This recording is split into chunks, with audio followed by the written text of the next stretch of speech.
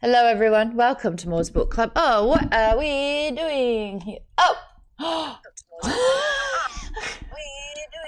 I need someone to mute.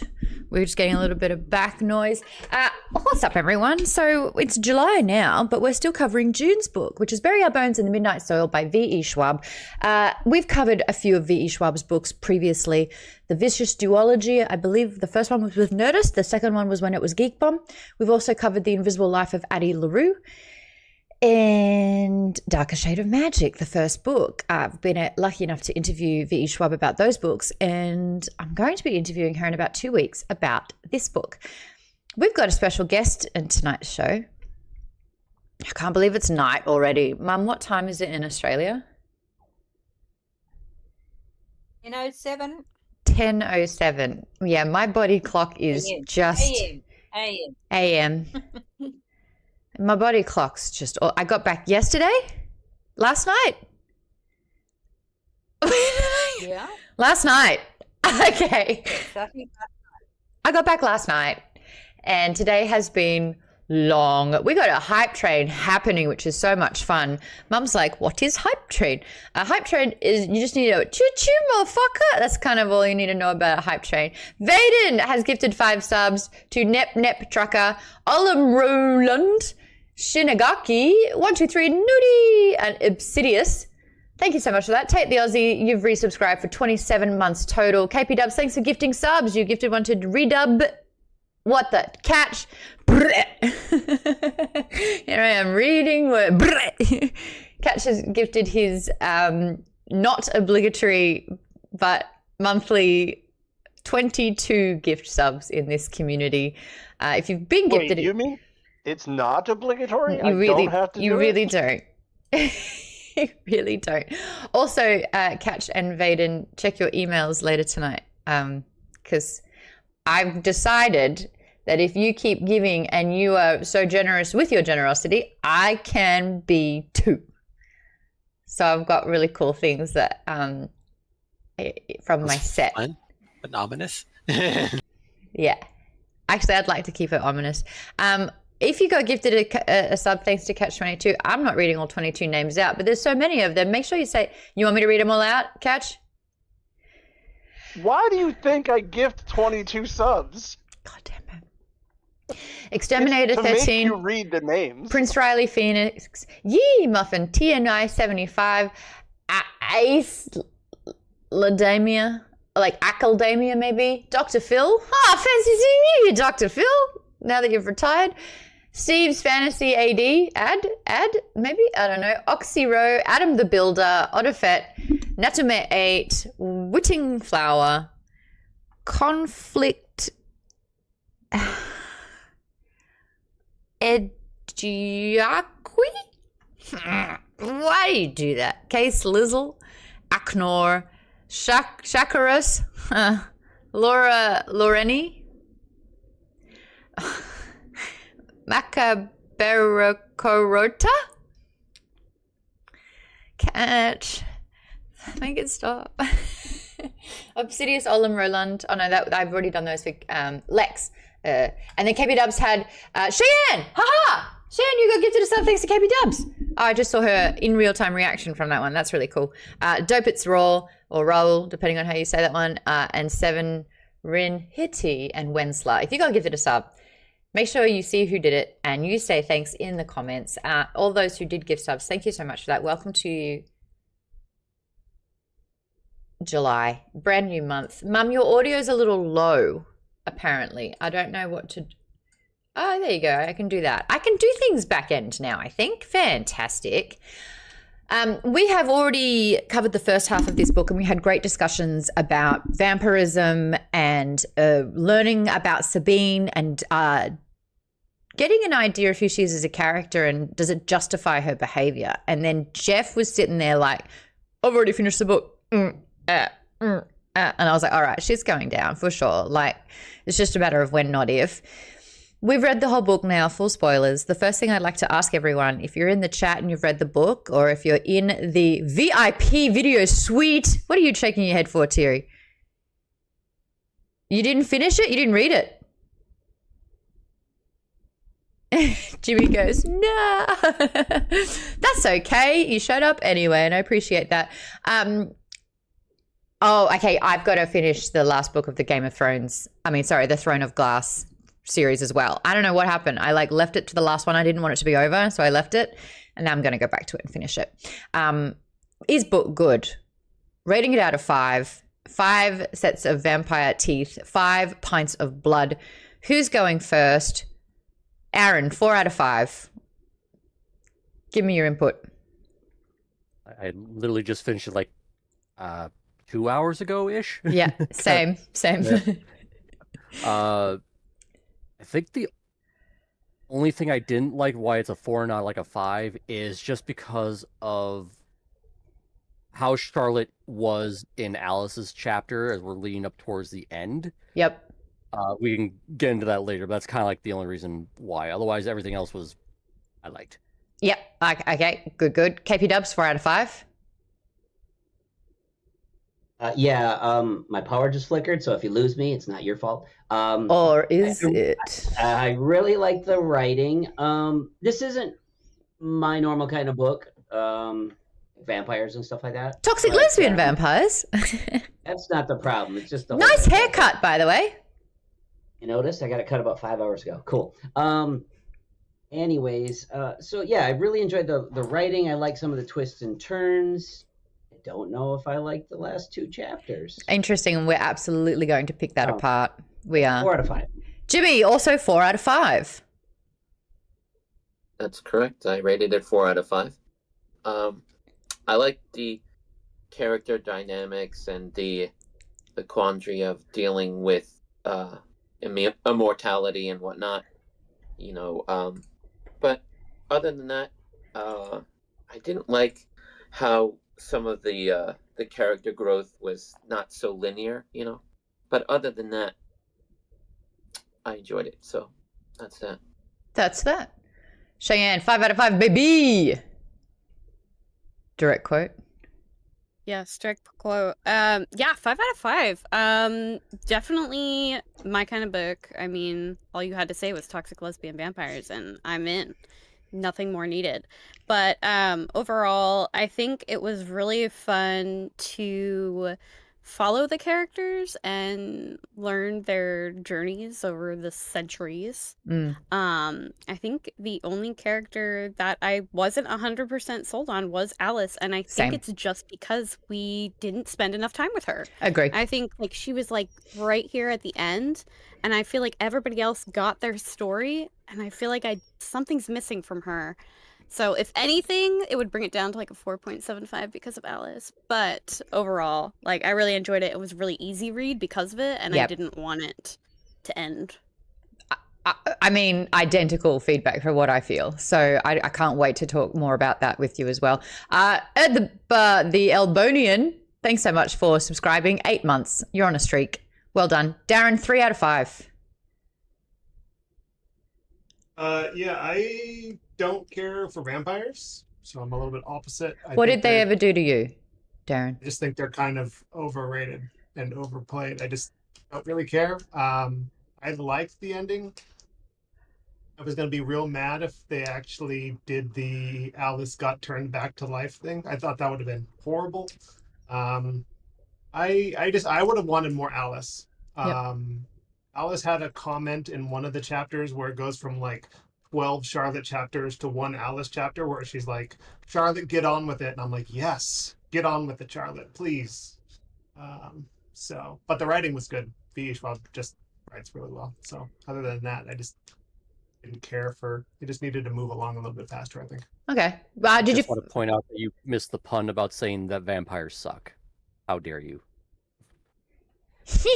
Oh, they don't. Bloody hell. Nice. I agree, though, that the writing's fantastic. Did you find the first or the second half to be slower? The second half. Because it was Charlotte heavy? Yeah. And I guess the other thing, the first half of Charlotte, I didn't care for a lot of it. I would have liked to have Sabine's point of view of her falling for Charlotte. because that was the part that kind of went from Charlotte or Sabine is playing the game to all of a sudden, oh, now I'm madly in love, falling for you, possessive, that kind of thing. I wish we could have seen it from her perspective at least a little bit. I absolutely agree. I feel like we needed a Sabine slipping chapter, like when the rot starts taking in and her questioning, like, why is this bothering me so much? But this fixation or this, yes, I agree. We just needed to. He was always super possessive and materialistic, even from like the beginning. But then it was just, yeah, the having it switch from, oh, this is a game that I'm playing with Charlotte to, oh, I love her and all that stuff was, yeah, a little bit. Yeah, I feel like there's a few beats missing. I agree with that one. Toaster Post says 3 out of 5. Book was okay. Vaden, 4 out of 5. Immortal Curses. Talk to me about. Oh, Dr. Phil's talking as well. Oh, Dr. Phil's read the book. Dr. Phil has a lot of time now that he's retired, so that's interesting. Vaden, 4 out of 5. Let's talk about that. Yeah, there's a lot of parts I liked about the book. The writing, specifically the imagery, a lot of the metaphors and stuff were really lovely, especially the roses and the soil. The character development was really distinct. Like every character was pretty memorable, and they all like changed throughout the book pretty well. Like in the first half, you didn't get that much, but in the second half, you really got to see how Sabine truly falls, and especially how Lottie, which was kind of like just kind of there, you really see how her struggle and try to work up the courage to eventually face down Sabine in her own way, and fortunately use up Alice in that way. But yeah, those parts were really good. I just I think like there's some kind of minor plot holes and like some other stuff that was kind of odd. Like Katie pointed out in the chat that like in that fable that like there was no reason to believe that Alice could turn back to even because we already saw that Marie killed her maker Sabine immediately. Yeah, but that's what's interesting though, because the audience knows that that's a lie. But did Charlotte know that that's a lie? We don't know. No, she didn't. And she said, like, she's like, if there's even a sliver of chance, I'll try. And so it's going to give her some motivation to try to kill Sabine when she already had a good motivation. You know, she's the one who got transformed by Sabine in the first place. So she didn't really need that lie, I felt like. But yeah, it was kind of to show how Lottie has changed, I think, too. I got a bone to pick about that one. That's not been buried, and I will go more into that. Jeff, is that a cigarette in your mouth? Are you just like rocking and all rolling right now?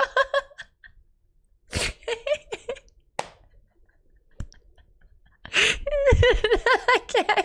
No, I want to chat with you because you gave it a 2.7.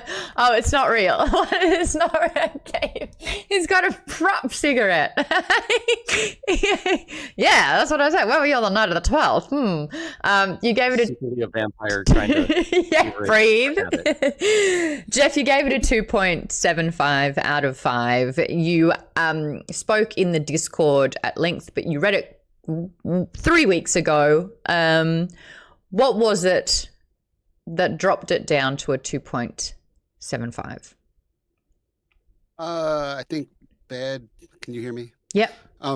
Okay, cool. I think bad character development was really, for me, what it was. I think Maria really just wasn't that flip to like the suddenly possessively weird. Just it wasn't earned to me. It was just kind of like awkwardly thrown in. Yep. I thought the rot was just BS. It wasn't well explained, and it just was like, well, everybody, you know, we're not immortal really. We fade and things go away, and our humanity, blah blah blah blah. And I didn't buy into any of that. I thought Alice was terrible. The flashbacks, yeah, I don't. Mostly, I guess the second half of the book was just lousy. Just the first half was fine. I thought it was well paced. I like the first half more. Yeah. And good writing, but the second half just let the whole thing down. So I responded to you about a few minutes ago, actually, to your point with that Sabine switch that happened. I would have loved Matteo, who played a very mentor role to Sabine, who taught her the ways of like these powers, which we never saw in the second half of the book.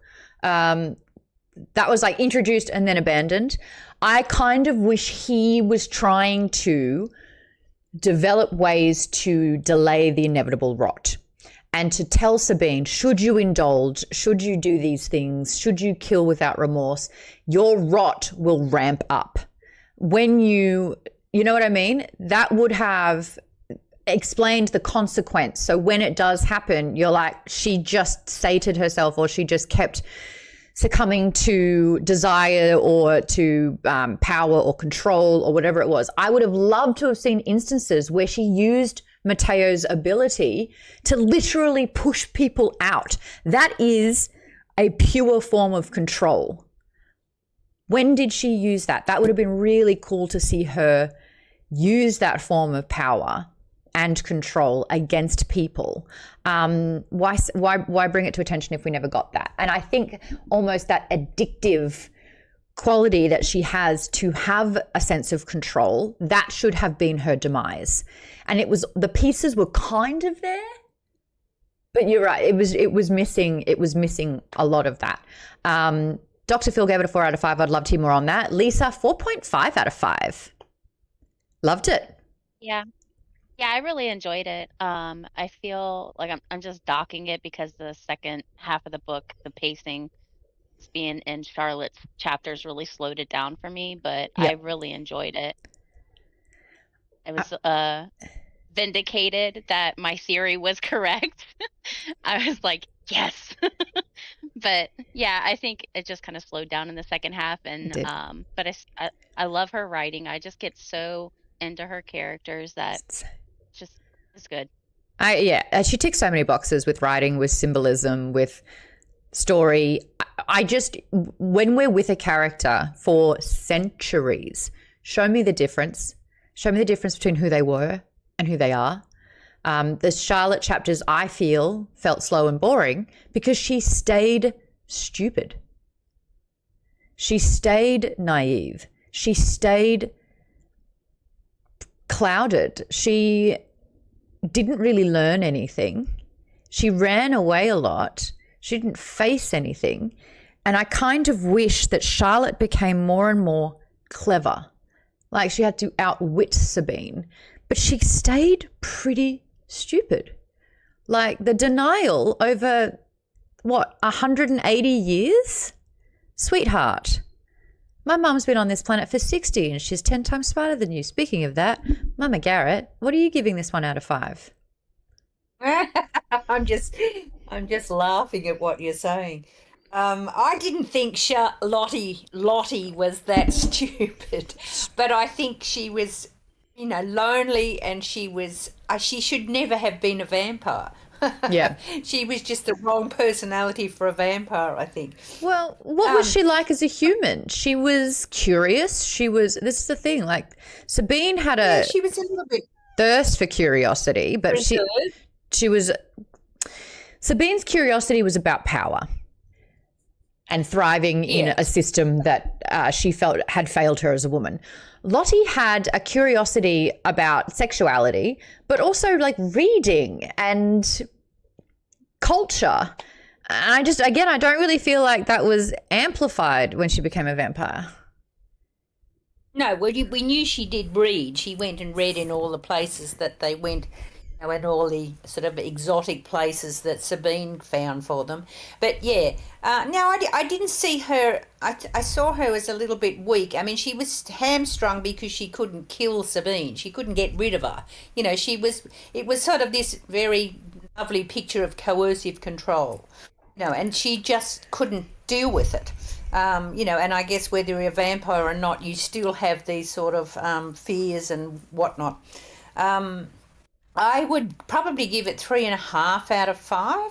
Yep. I thought I liked the writing very much, and I liked the story.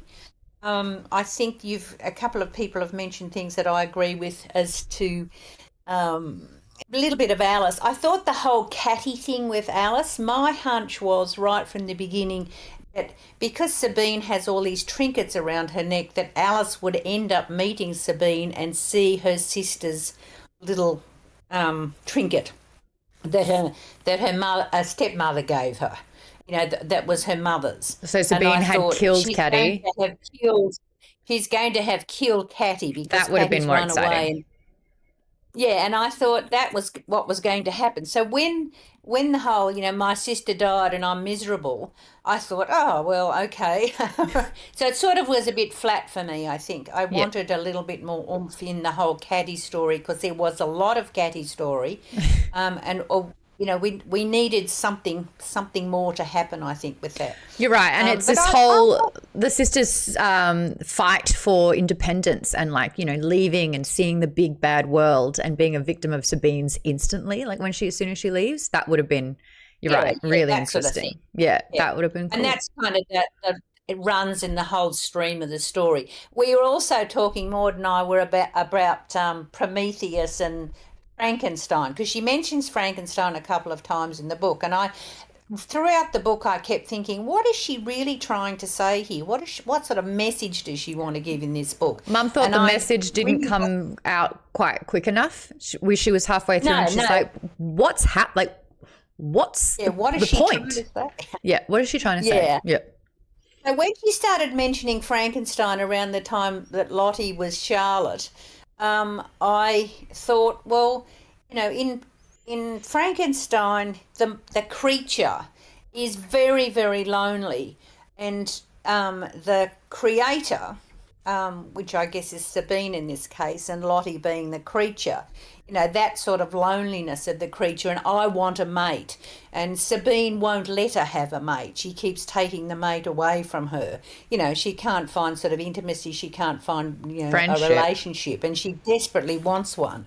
So I sort of thought, oh, this has become a little bit more interesting. So the parallels between Frankenstein and the sort of the Prometheus creating beings and stuff like that started to make a little bit more sense for me. I don't know whether it's true, and maybe Maude can find out when she interviews her, but I thought that gave it a little bit more depth. But I think the ending, I kind of liked the ending where she just decides that Lottie's lying as well. She's a vampire. That's what they do. Yeah. Anyway, so I liked it. She liked it. Surprisingly. Vanessa, you gave it 4 out of 5. Talk to me about your thoughts.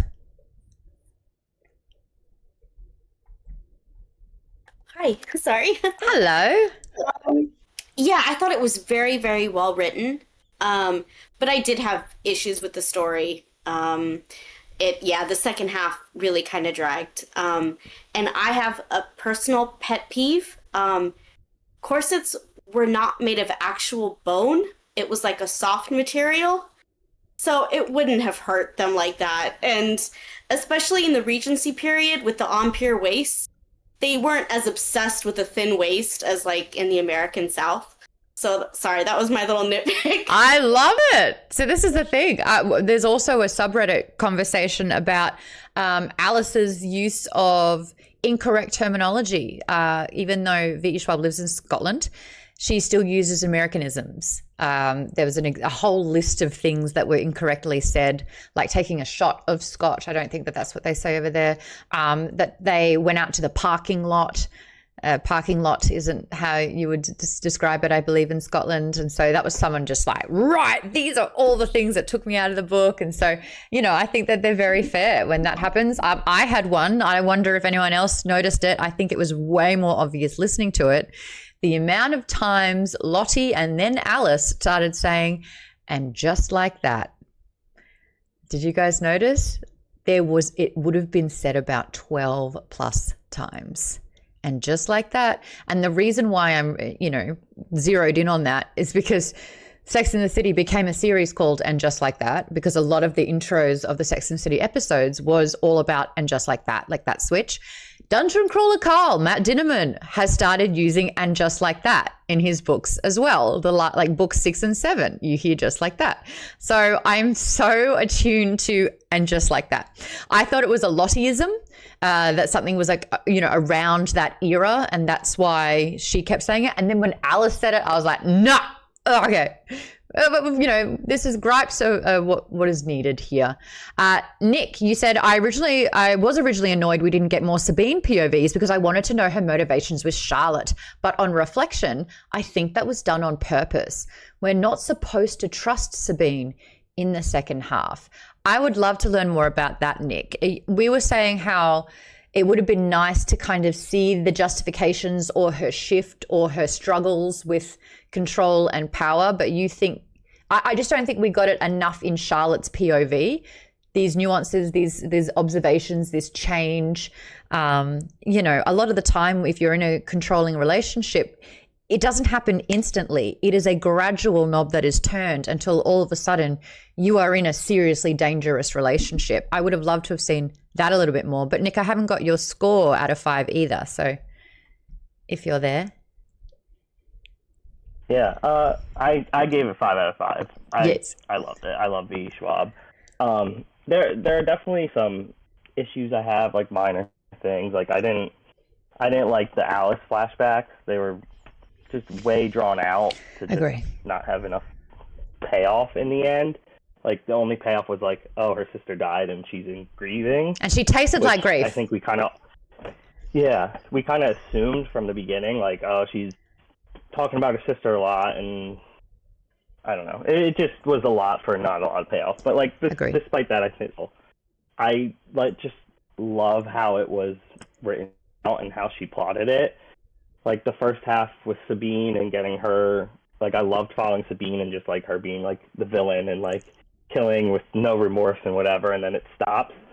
And yeah, I said I was originally annoyed we didn't get more of her, but I think when Lottie's telling her story and she's in this situation in her life and, you know, she meets Sabine and she, you know, changes her and gives her a life that she couldn't have had, and she just falls head over heels for Sabine. If we had Sabine's POV through that, we would have kind of known her motivations, and I don't think it would have been... I think we were supposed to question Sabine's motivations through that. So I don't know, I just love the way that she plotted the whole thing out from start to finish. I think V. Schwab's an amazing writer. I would have assumed that Sabine would have subtly gotten Charlotte to make numerous promises until Charlotte recognized that there was power behind it and couldn't do the thing that was promised. I think that if Sabine had an ability to not just have Charlotte not physically hurt her, but not leave the house, you know, like how far would Sabine go with this ability to control her actions? I also think, I really think Sabine's motivation with Charlotte was just, it was her next game. You know, she started the games with Mateo. How long can you go? She was just like kind of challenging herself and like finding new ways as she lived centuries to like entertain herself. So I really think her motivation with Charlotte was just, I want to find this person, I want to turn them and they'll be mine and I can control them. And she kind of was just seeing how long that could go on. So like if she had controlled her too much, it might have, you know, made it boring for her. So then when Charlotte finally left, she had another game to do. She just followed her and, you know, kind of, so Charlotte was just her plaything, and it was just something to pass the time for her and spend her days doing something different. And so I think it came down to power for her. I think that a century later, there wouldn't just be the one time she made a promise. I really do think that it would have been really exciting and wonderful at first. I think that the Sabine dynamic would have definitely been, I'm in charge and, you know, you do what I say in a way. I just would have loved to have seen Sabine almost test the limits of the power and control she had over Charlotte. And then the game would have stopped being fun when Charlotte realized, oh my gosh, every time I promised, I thought it was a cute little game we played. Of course I promise, of course I promise, of course I promise. And then all of a sudden, I've recognized like I can't do anything. And I just think Sabine, like the switch point was that Sabine kind of lost it and sort of devoured a child, like maimed, and it was violent. And that was sort of Charlotte being like, I have to kill her. I can't do it. So I'm going to spend 200 years not finding a solution to that problem. She met a couple, the first couple in the Americans. That great opportunity right there. Hey, she's dangerous. I think she's gone too far. What do we do when someone's lost it? I've seen this happen before. Oh no, and actually Charlotte hadn't seen it happen before. How does Sabine, did Sabine teach Charlotte enough about vampirism? Does Charlotte go, oh my gosh, you know, you've stopped someone from accessing our home and from walking in. How? And to hear Sabine be like, that's not for you to know. Whatever it is, like I just needed so much more depth. If you're going to introduce powers, if you're going to introduce control, if you're going to interview someone who slowly turns deranged, I need the beats. I need to see it. And I think that Charlotte, who is void of this information and is not in the know, is not the person to share this. Maybe in Sabine's chapters when we learn about the powers, and then Charlotte's chapters, we, the reader, knows what these powers mean. We, the reader, know that every time she accepts a promise or makes a promise, what that means for Charlotte. I needed a little bit more. I'm going through the comments here, and please let me know if, KP Dub said this was your first Schwab. Cheyenne said this is my first Schwab too. KP Dub says, is it weird that the author is telling us Sabine's story, but Charlotte's telling Alice and us by mistake her story? It was a little quirk that I didn't like. Oh, interesting. I'd like to learn more about that too. Cheyenne said... before I forget that thought, but yeah, the narration, like Sabine story is being told by a narrator to us, the readers. Yep. But then all of a sudden, Charlotte's story is being told to Alice by Charlotte. And I just thought that was a little weird way to do the POVs. And it ended up feeling like an info dump. Yeah. Yeah, I agree. Aaron says, I think Charlotte chapters, we have to wonder if Charlotte is an unreliable narrator too when it comes to her depiction of Sabine. I absolutely think that she was naive big time. And it just feels like her epiphany was way too late. I think us, the reader, needed to have glimpses of the sign. And even though it was through Charlotte's point of view, us, the reader, knew what the promises meant, what the space meant, all these powers. We sort of knew the signs that Charlotte was overlooking. And I would have liked Charlotte's panic being like, I don't think I can go out on my own. I need this person to survive. Like, what would I do without her? Like, you needed to understand what it was like being a victim of an abuser, because one of the big things that an abuser will do is convince you that you can't do anything without them, that you can't leave without them. They will isolate you from your friends, which we saw. I would have loved more of that. Charlotte being like, oh, I would love a friend, or I'd like to start a hobby, or I'm so bored, I'd like to start a cross-stitch group, or da-da-da. And Sabine start off being like, oh, but we've got so many fun things to do. And then outright just being like, no, I won't let you do that. And Charlotte feeling trapped by the no's that she kept giving and wondering if she could just do it herself, and then finding out that she actually could leave a particular amount of space, and that Sabine had literally physically trapped her in a confined sort of area. Like, that to me would have been interesting. And then it's like, well, I can't kill Sabine, but I can't like flee or leave unless she dies. I don't know, it just would have been, or like I have to convince Sabine to set me free, whatever it is, like that. Don't give me powers if you're not going to use them. Grillnack, hello Grillnack, says lurking and listening while working late. Have a good stream. Thank you so much. KP Dubs, talking about Forever Night. What is that? Scooby Doob says, I loved it all the way until the end. I was invested but disappointed at how easily Alice wiped the slate. Yeah, I agree with that one. KP Dub says, I knew Sabine was taller than the other women, but I don't think it was mentioned that she was 6 feet. Really? Sabine was 6 feet. I thought she was like 5'8". 5'9". She was 6 feet tall. More proof that tall girls are evil. Correct. Next question. Yes, Aaron.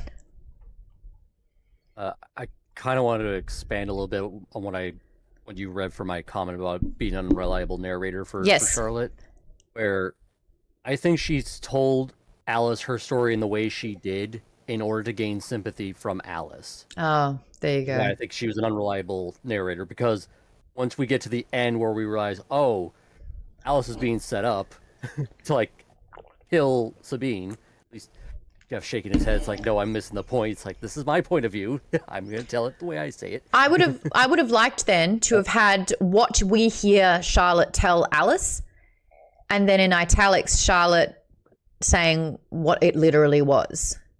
And I don't want it to be like too on the nose, but just be like, you know, even noticing that Alice is eating it up and being like, oh, thank God the naive girl doesn't understand. I think she knew she had to, like, you know, keep going with, like, you know, trying to make her seem sympathetic or whatever you want to say to Alice.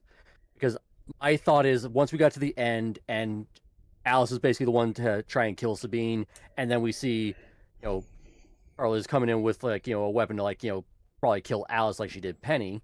It's like, oh, I'm thinking he set up Alice from the beginning. Like, she hunted her knowing Sabine's going to probably take the bait, because we've already established anybody she's ever with is a potential victim for Sabine to, like, just find and kill or turn. It did seem like Lottie was shocked that Alice had turned. She could also be lying, because she is able to close off her thoughts and feelings. Yeah. It's Alice who's like, feelings are on loudspeaker, and Charlotte learned how to quiet it. Here's a really good question that I've just thought of. We only had one Lottie chapter in the first half of the book, and I think we all collectively thought it was a little creepy that this woman was keeping a list, a descriptor of all the women that she'd been with. And usually it's like, if you're writing a list like this, it's like a collection or a trophy or conquests. And we were all a little bit like, ooh, what is the list about?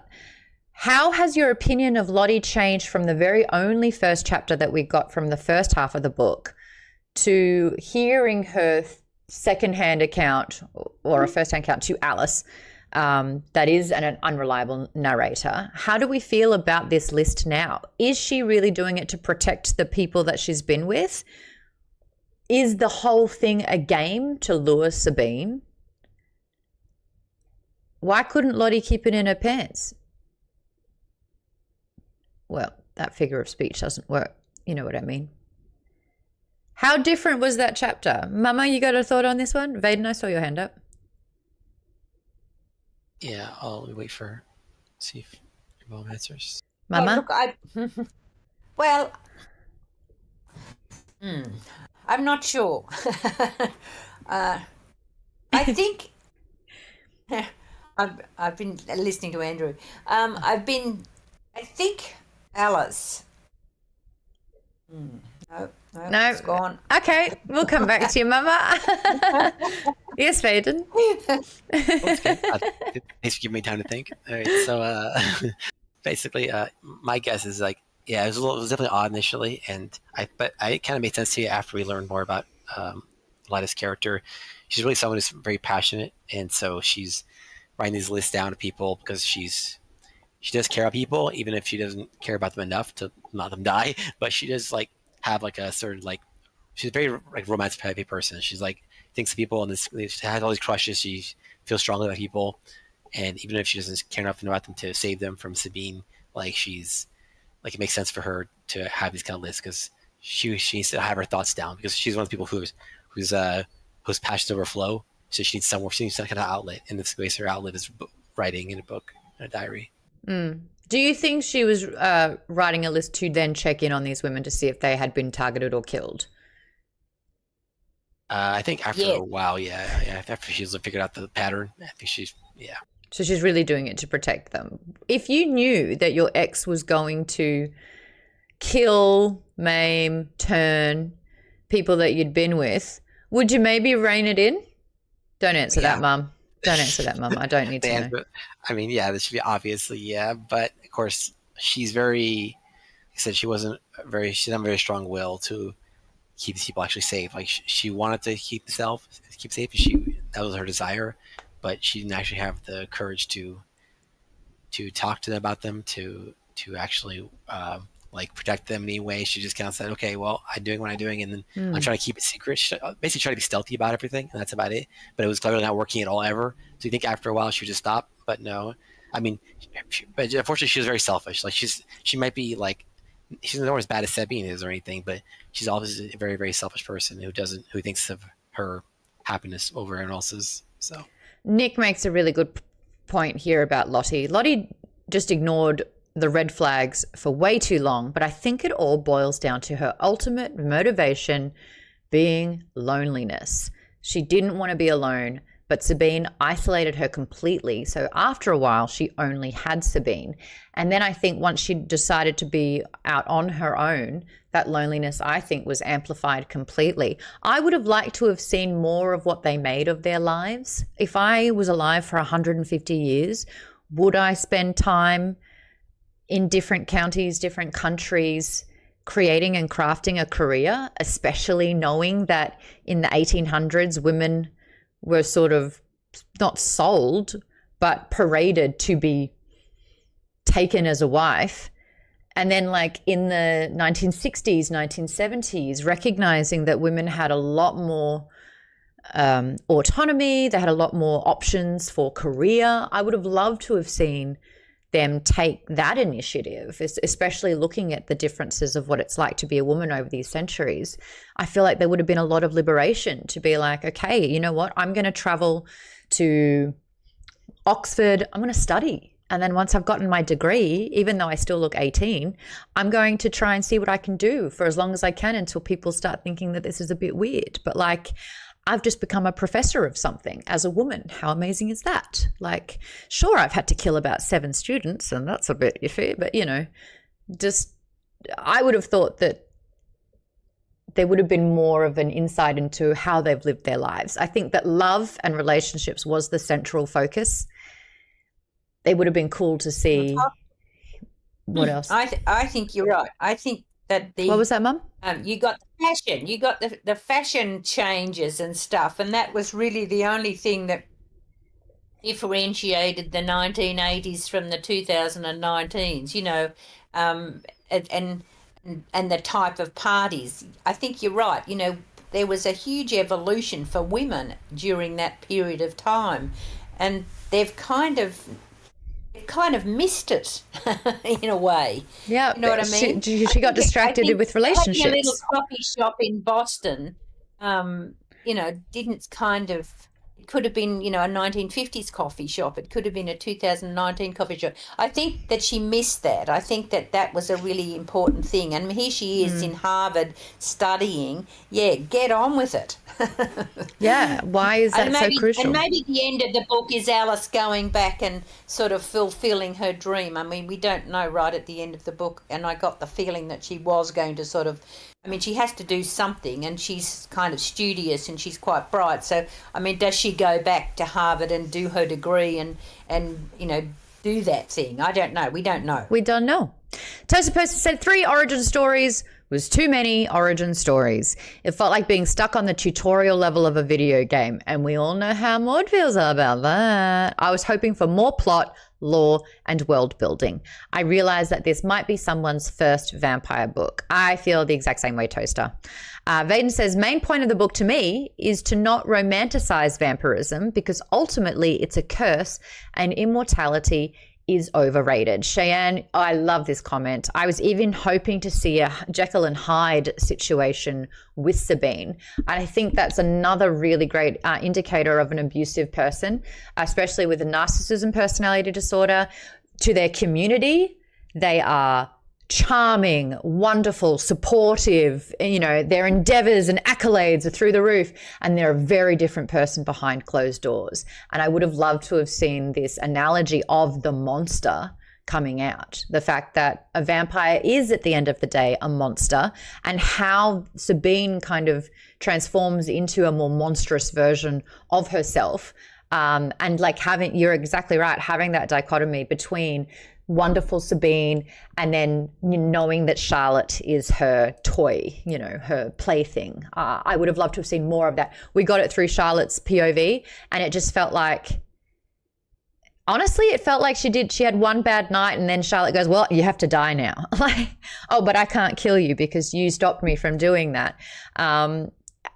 Charlotte landing on that decision you're right, the whole thing, Jeff, I completely agree with you. It just wasn't earned. Sabine didn't really earn that. I will say, though, that when we do have Charlotte's point of view and we start learning that Sabine is tailing her, stalking her, and KP Dubs, if she is a 6-foot copperhead woman, how is it not more obvious that she's lurking in the shadows? You know what I mean? Like, there's intimate details that Sabine is seeing through here. I would have loved Charlotte to have like learned about Sabine's footprint by not being able to enter a particular store because Sabine had learnt the power of not being able to let people here or there. I would have loved to have seen like that pop up. Sabine leaving a drained corpse at her front door, like a cat leaving a mouse sort of thing, you know, like we could have seen a lot more. Aaron, yes.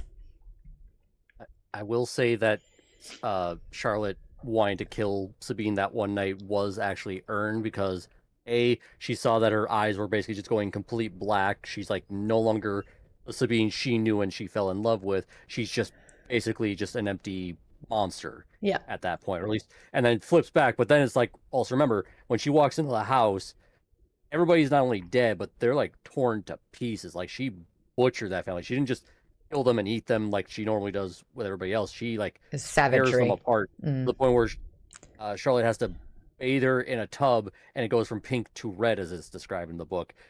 Because just of all the gore gore that's on her. Yeah. Would you have liked to have seen more horror elements with this? A little bit.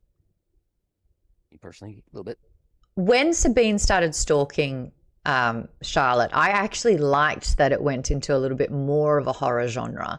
I would have liked to have seen that completely ramp up in the second half of the book. I liked that thriller aspect. I liked Charlotte feeling hunted. I thought that was a lot of fun. But Sabine didn't feel like as big of a threat because we hadn't seen her slowly spiral. We saw the flick, but it just seemed like, you know, that the dead behind the eyes would only happen every now and then. Maybe she was too hungry, we're not sure. So I would have liked to have seen an absolute surety that the Sabine that we knew, that we understood, was no longer there. That she completely just had like rotted from within and had turned evil. That, like, the point of no return sort of thing. It would have been nice to have more of that. Dr. Phil says, although Lottie is the victim between her and Sabine, I think she's less of the ignorant victim that she makes herself out to be in her own point of view for the sake of manipulating Alice. Plus, the book she was writing in is the notoriously unreliably narrated The Secret History. I get that we have an unreliable narrator, but I think it cost us plot points, depth, understanding of character and character development to stay in that headspace. I would have liked way more earnest and truth, because I think that it would have made it a lot more scary instead of this safety of denial. And I would have, again, as the reader, I think we would have loved that. And we could see Charlotte manipulating Alice, knowing Alice is so fragile. She's freshly turned. She has no guidance or help. She's struggling. She has no answers. And finally, she's got Lottie to give her all the insights. And we, the reader, know she's lying. But because we, the reader, don't know the whole truth, I think we are denied like a more interesting story. Mum, what do you think? Do you think that we should have gotten a little bit more character development, Sabine's turn, Lottie's being chased? Do you think we needed more into the story? No, I agree with you. I think it really lent itself to, I mean, it's a big book and you probably don't want to have it much bigger, but I think there's an element of real kind of horror there that, yes, as you say, it wasn't pursued. And I think, you sort of, I mean, it sounds bizarre, but you sort of wanted to be sick with this kind of vampiric hunger that they had and how bad they become. I mean, they talk about feral roses and they talk about all the rot within and what have you. The sharp white we teeth. sort of got a fairly big picture of that. And right at the end, I thought the one part I did like was when Sabine is sitting talking to Alice. You can see how powerful she is and how clever she's been and how manipulative she would have been with Lottie. You know, that, and when she's talking to Alice, you know, the words that she used, the coercion. I thought that was good. I would have liked to, I don't know whether you needed to sort of see an increase in her power and her abilities, because she obviously had quite a number of abilities. But I think it could have lent itself to being a lot darker. Yeah, yeah. And that surprises me to say that because I don't really like horror stuff. But Yeah. yeah, I think I liked some of the humor. I thought there was quite a lot of humor in it, but I think there could have been a real dark element that was kind of very confronting around immortality and around this kind of drive to eat. And Yeah. I kept wondering, why can't they learn to control themselves? I mean, Sabine probably doesn't control herself because she doesn't want to. But you're thinking, these guys have had a fair while to sort themselves out and to not, kill people every time they turn around. And you sort of imagine the carnage in every city that they go to. And there's not. Thinking, And why is that's nobody noticing any of this? And that's actually something, you're exactly right. I really wanted the second half of the book to not make vampirism seductive anymore. I really wanted it to show the ugly side of vampirism. We sort of saw the light and shade of it with Matteo. Matteo was learning not only about the powers and the abilities, but restraint, discipline, being an integral member of his community, giving back. He glorified vampirism. And I think I'd like to have seen Sabine be like, I'm bored by that. I don't get enough out of it. You see the flip side when Matteo makes Alejandro, is it Alejandro 2.0? And he just has no sense of discipline at all. He's reckless and he just causes carnage, and Matteo has to put him down. I think with Matteo, love is what keeps him from rotting. The love for Alessandra keeps him from rotting, keeps him from going feral or becoming more feral. But I'm not sure with Ezra. I kind of wanted to know what was going on with Ezra. How is Ezra sort of a normal guy? Yeah. What's his story? Why did he help? Like a normal, sensible guy. Yeah. Yeah. Who also learnt to detach. His whole thing was don't make friends, don't stay anywhere too long. Like, he had a real sense of detachment and he kind of reveled in his isolation, but he still sort of had a community. Like, he had that psychic that he was almost like a part of his circle. I just think I would have loved to have seen the lure of losing control, the dangling carrot where as soon as you bite too hard, you spiral. I would have loved to have seen the chaos and the monsters surging and taking over more and more permanently. We didn't really understand Charlotte as a vampire.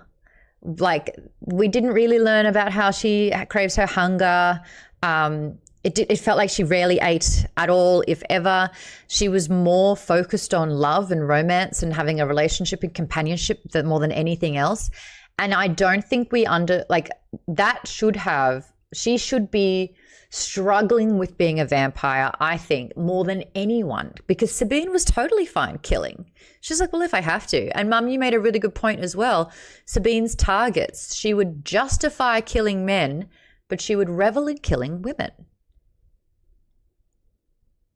And I kind of... Yeah.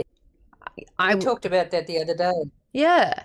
And I would have loved to have seen Charlotte... Like, why did she want to kill... Which one was the... Rachel? Which one? There's too many of them. Pepper? Poppy? Penny? Penny! Why did Charlotte kill Penny? Was it because Sabine had made the change and was against Charlotte's will? Is it because Charlotte absolutely revolts being like? Does she find being a vampire revolting? Does she not think that? Is she not glorifying vampirism? Is it truly the curse that she thinks it is? We didn't really get that enough. Sabine loved the power. She loved going from prey to predator. We didn't get enough of Charlotte's vampire journey.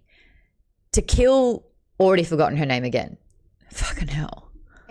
Penny. Sorry, that is so forgettable. But like, to kill Penny, was she going to kill Alice? These are things that we didn't really know. What was Charlotte's relationship with being a vampire? Aaron. I'm wondering if because Charlotte recognizes that she was in a highly abusive relationship similar to like, maybe like children were Was she? with abusive parents or something like that. It's like, I don't want to be them. And therefore she doesn't want to like see, Penny eventually become Sabine and become what she might become eventually. Like she just doesn't want to put them through that. I'm going to say something It's really made a very- controversial. I don't think that Sabine and Charlotte's relationship was abusive until Charlotte left. I think that Sabine struggled with insecurities. I think Sabine would get triggered every time Charlotte wanted more than Sabine, because Sabine's understanding was, aren't I enough? And that was kind of the messaging that I would get from her. Am I not enough? Am I not enough? And that was like the only base of it. There were so many ways.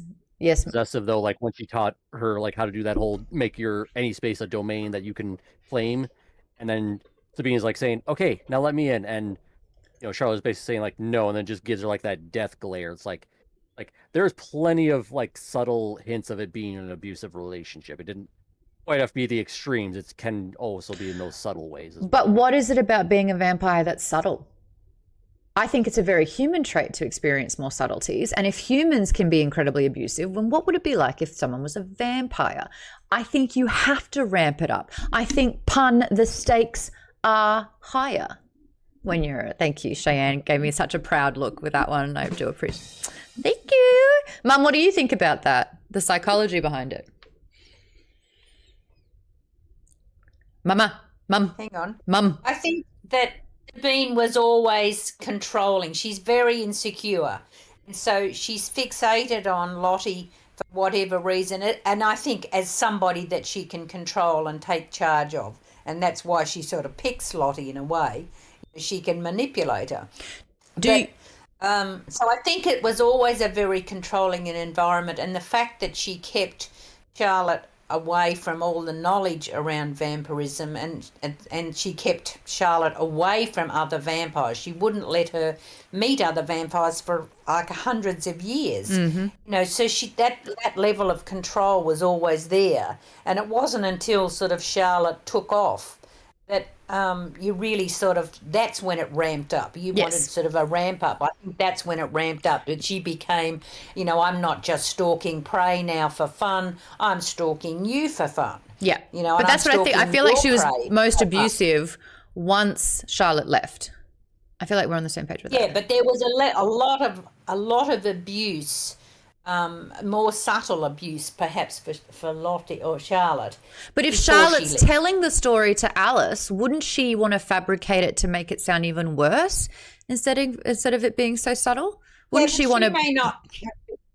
She may not have been aware of it. We're aware of it, but she may not have been aware of that level of control because she doesn't know any better. She's in a vampire world and really has nobody else to compare Sabine to.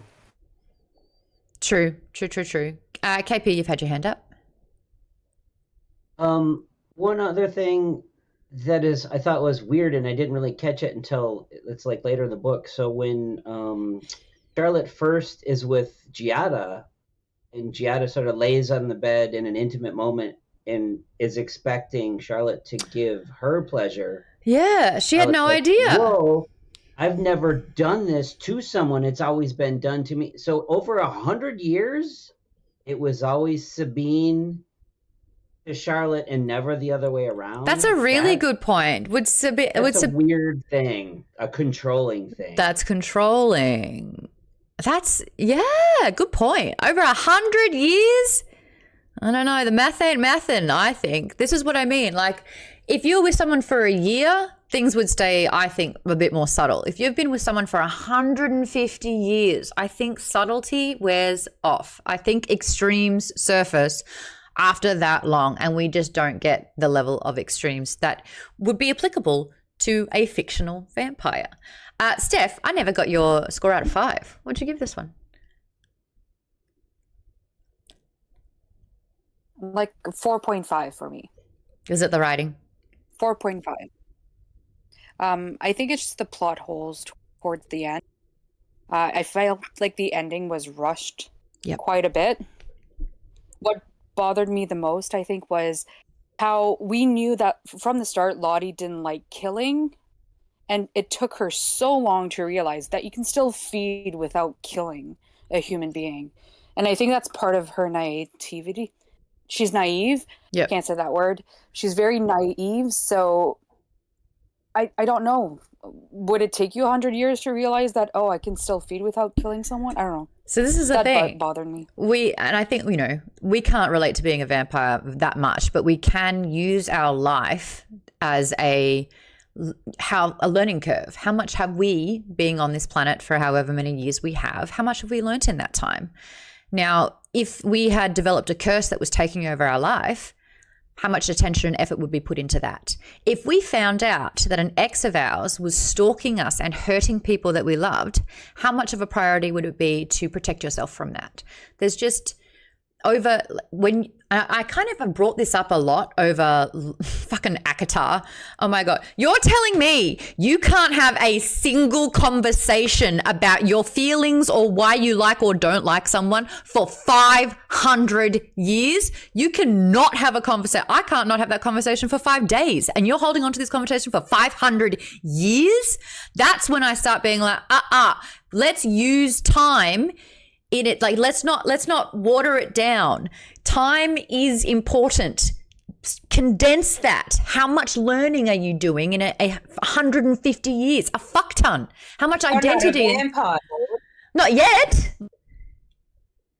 I won't tell you if I do. No, but I mean, they have time. They have endless this perception of endless time. So getting on and doing anything probably feels a lot different to us who has a finite, life ahead of us. Yeah, you know what but I mean, you don't get bored, and I've seen how you tackle boredom, but like, I feel like if the world is changing around you, do you detach from it and isolate, or do you sort of immerse and learn? And the fact is, Sabine, curious about power. Charlotte, curious about people and culture. Like, there was a curiosity that died when they became a vampire, I think. Aaron? I don't think Charlotte learning how to she can actually feed off of somebody without killing them. It was because Sabine kind of ingrained into her very, very quickly, finish what you started. Where it's like you had that one guy, she realizes, oh, I can actually feed and stop. And then he's out the door and she's back with 3 hearts because these are also the 2 that he was about to tell. Yeah. So I had to kill them too. So it's he's already been psychologically scarred immediately, like a Pavlov type of thing where it's oh, if I feed, I have to kill. Otherwise, bad things will happen because that's the lesson Sabine ingrained into my head. And now that she's gone, it's oh, she has to relearn that one lesson she had that one time. Yeah, I'm gonna use an example of me being Australian and moving to a different country. You adapt. The way that I was taught things, even if it's language and words, how we do things. I moved to a different country and I adapted. And now it wasn't interesting too. Or Sabine spiraling into depression. Yeah, Sabine kind of realizing that her plaything that she was able to successfully control wants to be more. Maybe it's Sabine getting jealous of Lottie, and because she can't be her, wants to destroy her. These are all sort of valid, interesting dynamics that could have been explored instead of it felt incredibly diluted to me. Maude, Twitch is down, Maude. I just saw it. I saw we have 8 viewers all of a sudden. Yeah. What's YouTube doing? Oh, YouTube seems fine. It hasn't said the stream's ended. Oh yeah, we're back. What a wild little journey we had there 22 seconds ago. Ooh, I want to bring up this comment about Charlotte from Nick. Nick, you've got great observations with all of this. You wrote a while ago, and I've been stuck on this comment, and I need to get back into the chat, and I'll do that. I also think that Charlotte is a coward. She wanted to be loved and not be lonely, and she ultimately didn't care who was left in the wreckage of that.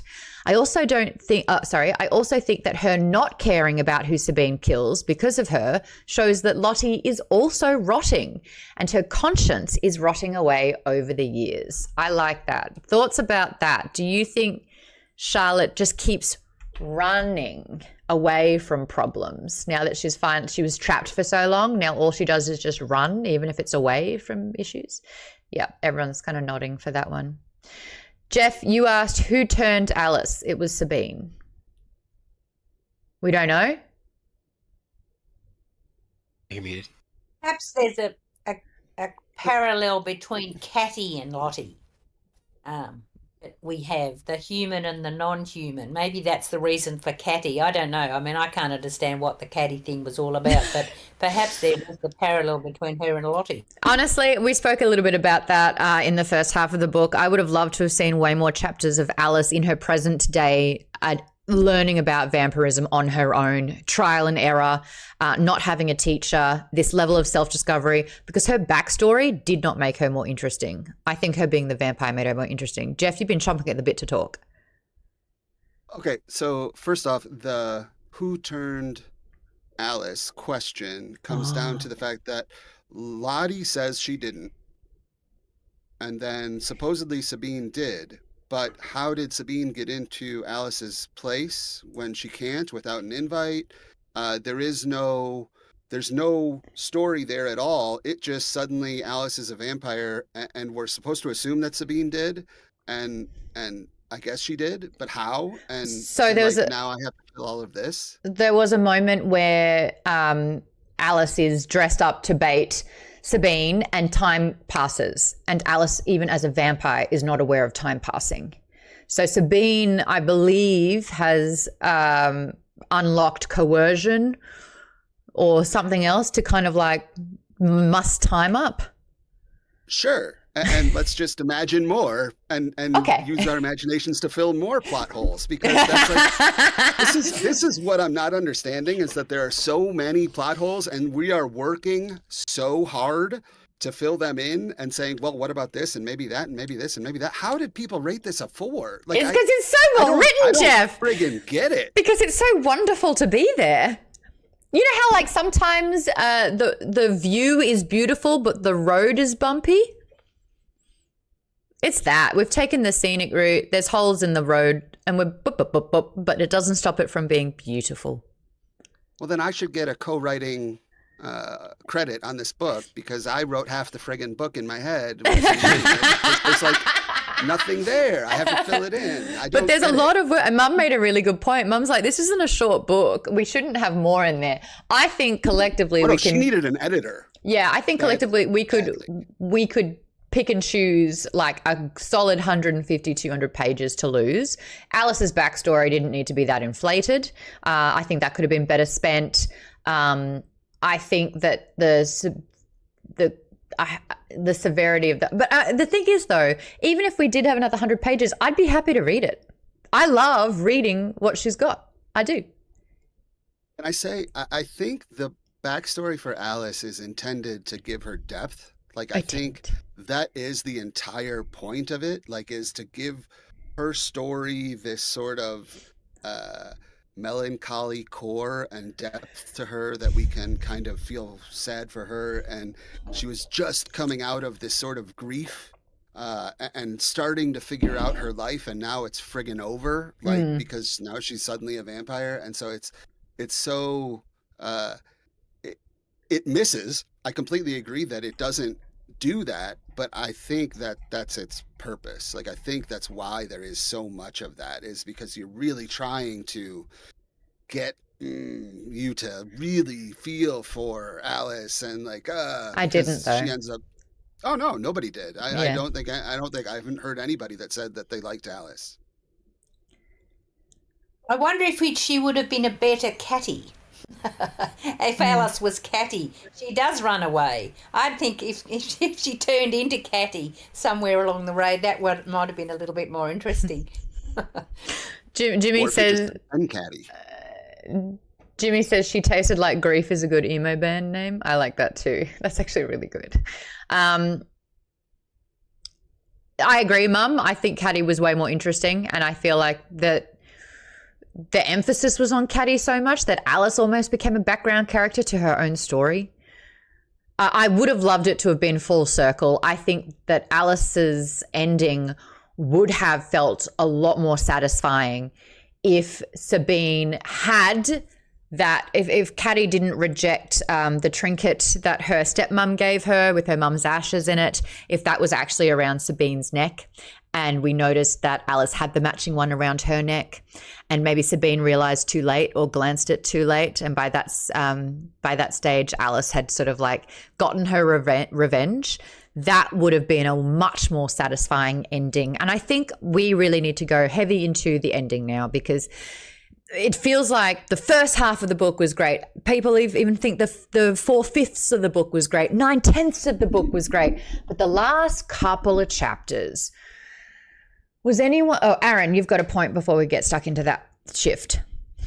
Only to say I did like Alice as a character, but I do agree that all of like the flashbacks with her and her sister could have been like reduced down, because it just kept repeating the same thing over and over, that Addie is just angry that her mom died, that she feels like she's being replaced, and just keeps repeating that theme over and over and over again. Angry, like, angry, we angry. get it. Like, like just skip to the part where there's a point with these flashbacks, and then just explore more of Alice exploring being a vampire, like coming to terms with that and finding body and learning about all this stuff. Like, because at that point she's basically us as the reader. Yeah. Where it's like we're in this now for the first time through her eyes, whereas everybody else is like they're just explain their story almost. And I feel like I said that in the last chat that we had. We are Alice's point of view, because if this were to happen to any of us, chances are, you know, we moment. And I feel like Alice struggled as a character because she was living so much in Caddy's shadow that it would have been interesting to have her feel free and a sense of independence from being in Caddy's shadow.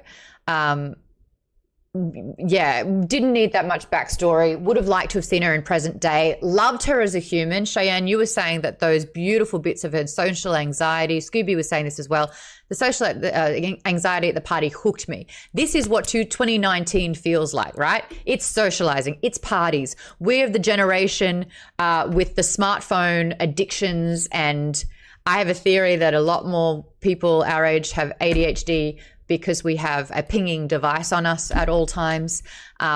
I would have loved to have seen the modernized vampire version of this, because we only got sort of 16th century Spain, 19th century London. What is today's, like, there were beautiful mentions of it. Aaron, you were talking last time. What would you do if you were a vampire? You're like, cool, well, to make killings, I know that forensics have evidence and like they're looking for fingerprints, and we've got technology with us now. We didn't have technology for the first two versions of vampirism. So Alice's present day version is actually really interesting for present day us. That would have been really cool. It is relatable to kind of like look in the mirror and psych yourself up to try and make friends. And then how scary and isolating it would be to not have anyone go through this major change. That was way more interesting than Caddy Bratty getting sooky, you know? And I think that had we lived through Alice's insecurities, had she started off sort of like trying to be a better version of herself, and then realizing that vampirism actually gave her a confidence or an infallibility that she didn't possess before, and then recognized that this woman in front of her who's 600 years old had killed her sister, and you got that beautiful revenge, final kind of full circle moment. I feel like we can pretty much all agree that what we got at the end didn't work as well as it could have. Kevin.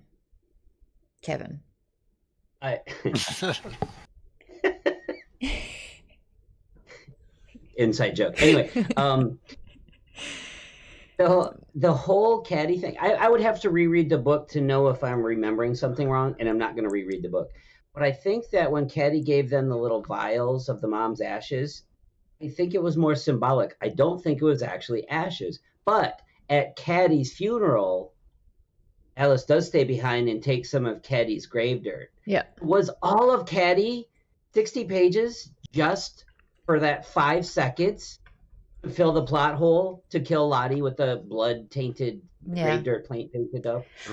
And I think that the symbolism of if Sabine had her necklace and the fact that, you know, Alice had the dirt in it, and like that would have unified both Sabine and Lottie to Alice's drive to kill them both. Because I don't think and Cheyenne, you made a really good point as well. The vagueness does incite conversation, and instead of having this really clear and scientific and, you know, in-depth understanding of all the characters can hurt it a little bit. I still, train of thought left. I still would have liked, I don't know. Your mother. Yeah, right. Where do I get it from, huh? I think I would have liked a lot more closure. I don't want to guess and question, would Lottie have killed Alice? I wish I knew that. I think it would be really important to actually know that Alice's life was going to be absolutely done once she'd finished killing Sabine, if that even happened. I really needed to know Lottie's motivation. I really needed to know Sabine's motivation so that I can understand and relish in Alice's decision. Because we don't know if Lottie was purposely manipulating Alice, did Lottie hook up with Alice knowing that Sabine would change her, knowing that that vampire would be the tool to then end Sabine? Not clear.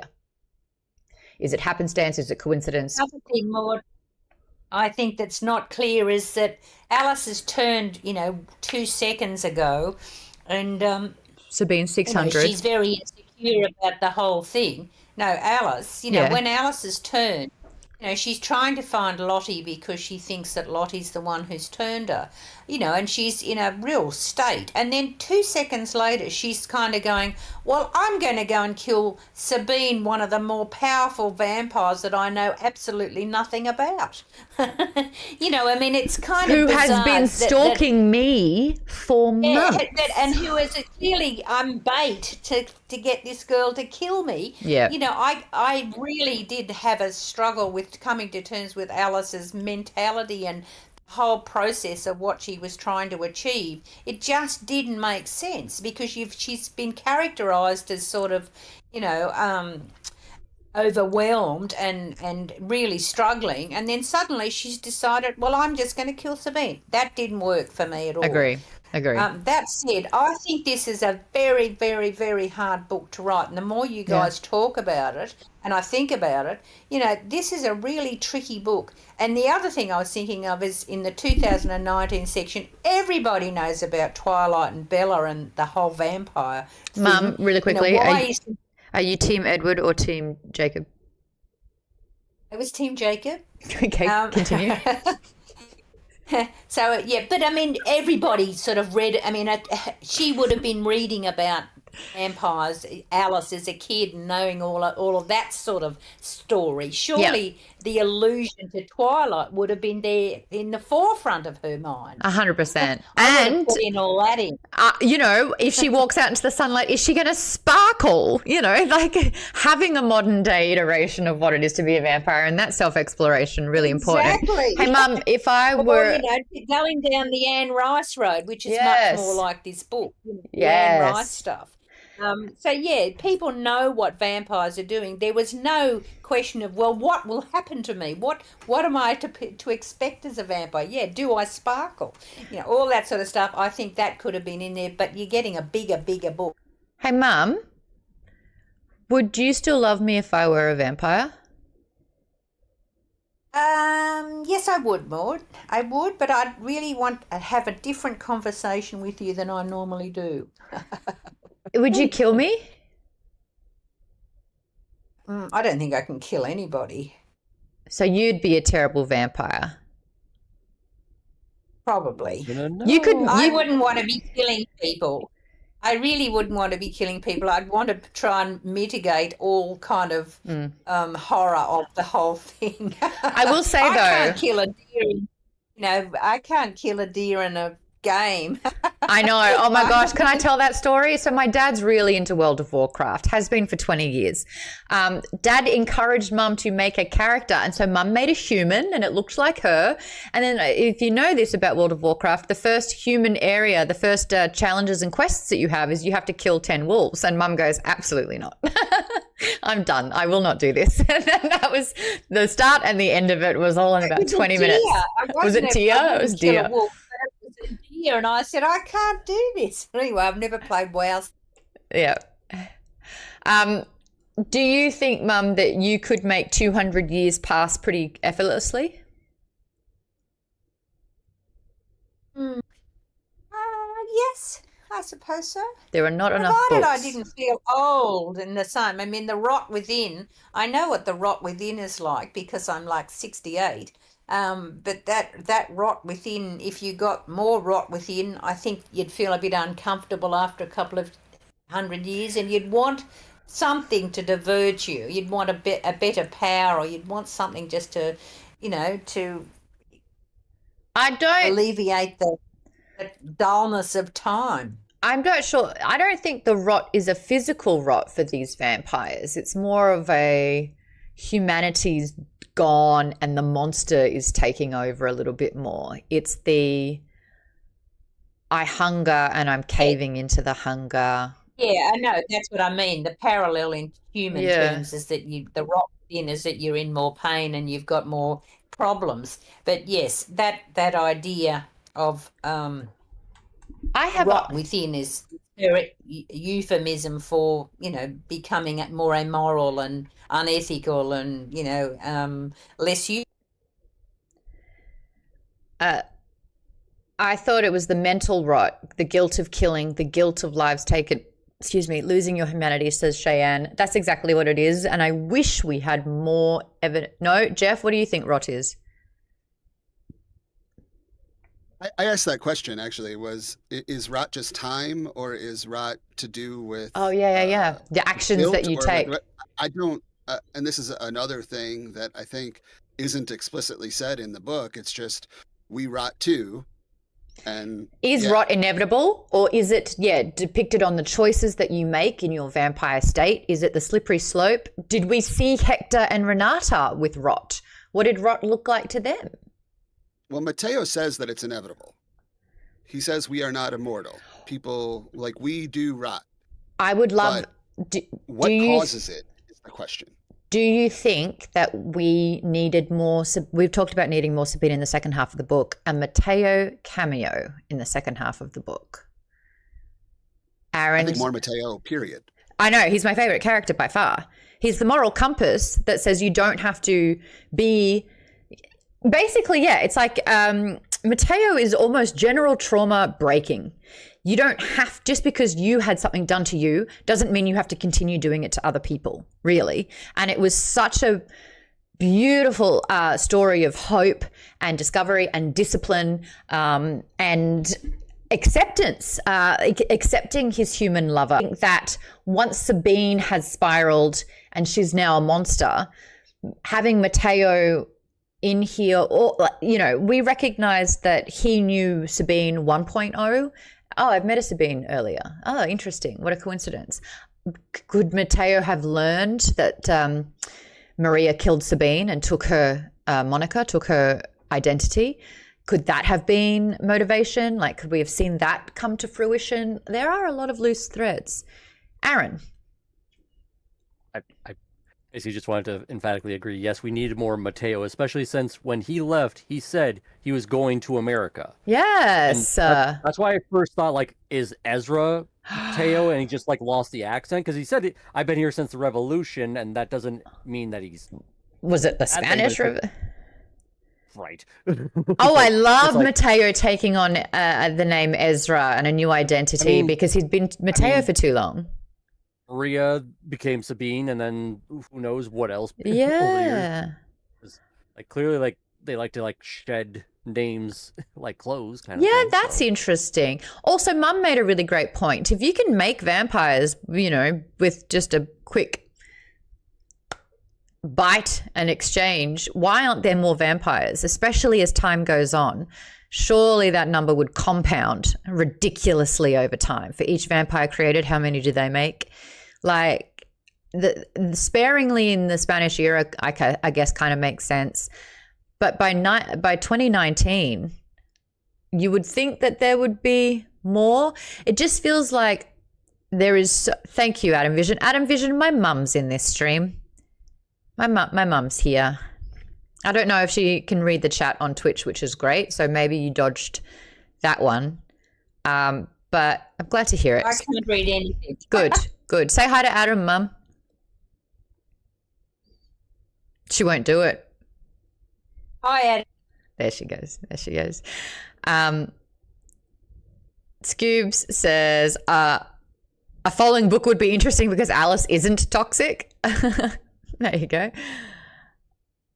I feel like vampires are too territorial, and too many in one place means a lot of dead bodies and a lot more questions. Adam Vision says, oh, sorry, I didn't know that she hated vampires. No, she said that she would still love me if I were a vampire. So there you go. Yeah, I feel like the emphasis and the focus was sort of on relationships. And Nick, you mentioned earlier that you love world building, and you do wish that there was more world building, but you understand that that's not the emphasis of the book.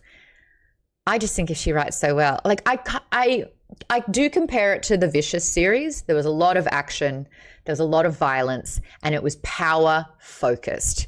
And I guess you guys know this about me. If you're going to mention superpowers, I'm like, oh, let's really explore that. That's so fascinating and interesting. There were powers that were introduced and then we never really saw them again. Snores wants to know what the heck is the point of the book? Well, Mum was trying to figure that out the entire book. Mum, where did you land? What the heck is the point of the book? I don't know. I think I'm not sure. My hunch is that Immortality has got some pretty big downsides, and I wondered whether there was a sort of a parallel to this. Well, it's not just this day and age, but this day and age where we're trying to seek the youth drug and all that sort of stuff. That youth is everything, and getting old is the most hideous thing that can happen. I wonder whether it's about, okay, in another scenario, if you can be immortal and you can be beautiful and immortal, is this going to be a great thing?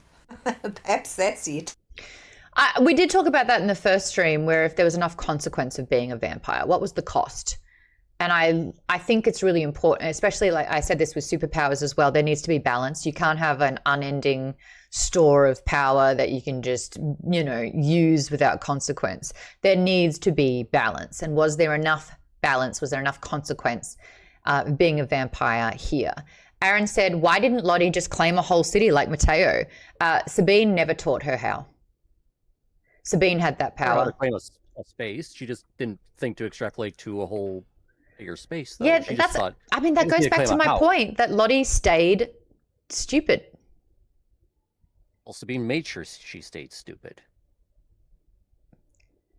Otherwise, this is interesting. It's kind of like a lot of dictatorships. Like, if you want to control the population, you keep the people stupid. Yeah. So you can control them better. Yeah, okay. So Sabine had all the knowledge and power from Mateo and her own experience, and then it taught her just a little bit to be like, see how powerful I am? I can teach you how to do this. Like, then doesn't teach her to hey, leap of logic. Now claim the yard or claim the block, the city, blah, blah, blah. Lottie, I just feel like she could have figured it out. Jeff seems to think, hate to disagree with Mama Garrett, but I don't think immortality has anything to do with the point of the book. I'm going to disagree with you, Jeff, not because she's my mum. That's a big part of it. Like, you disagreeing with my mum on my stream? Are you kidding me? Right? It's very ballsy.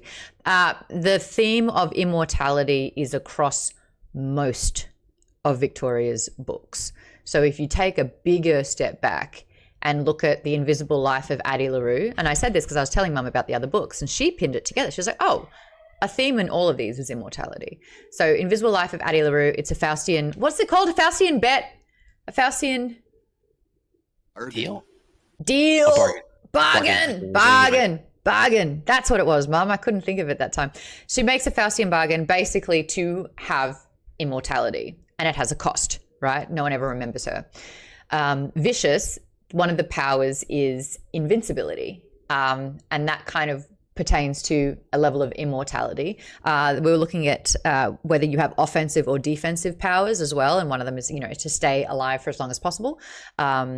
And then this book is Immortality Vampires.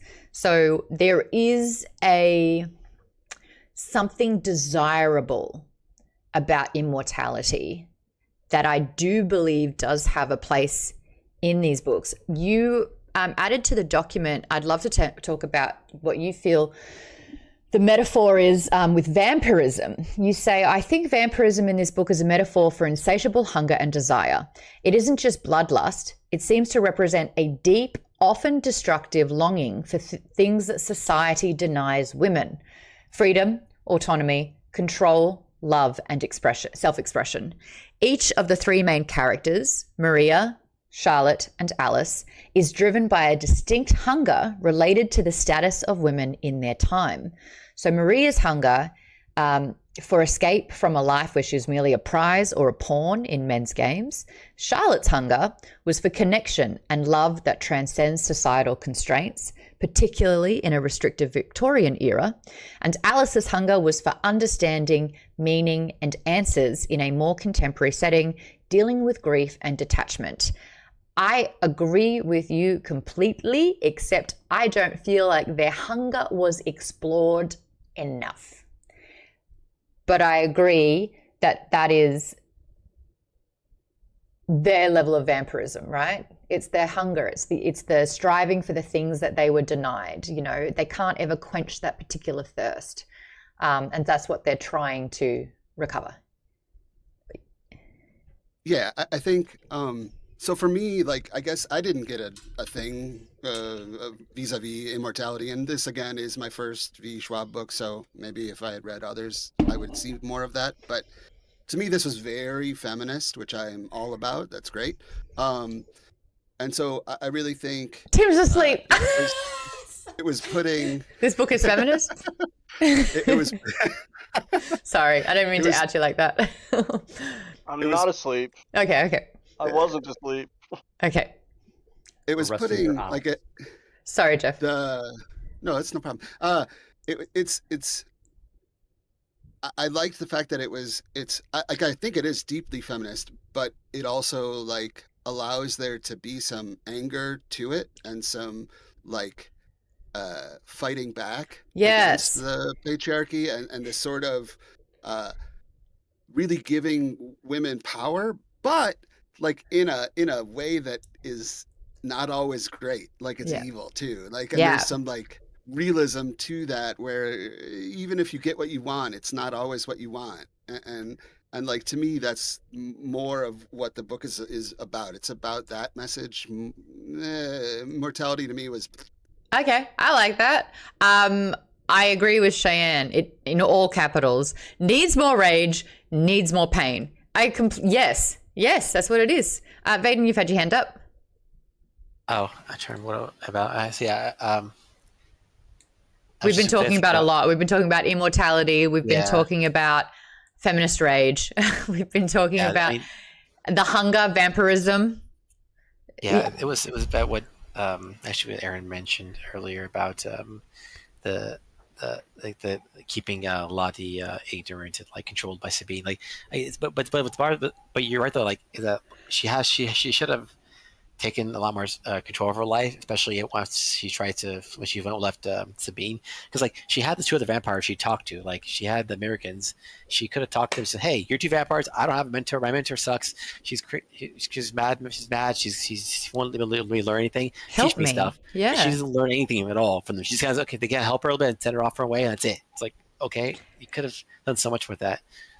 I agree. Like Sabine made it obvious that there wasn't room for extended friendships here, but 100% agree that was a resource. That's why I was like, Lottie has the answers. She just almost chose to not look for them. And I know that the argument has been made that she was conditioned to not think outside because she was controlled. I disagree.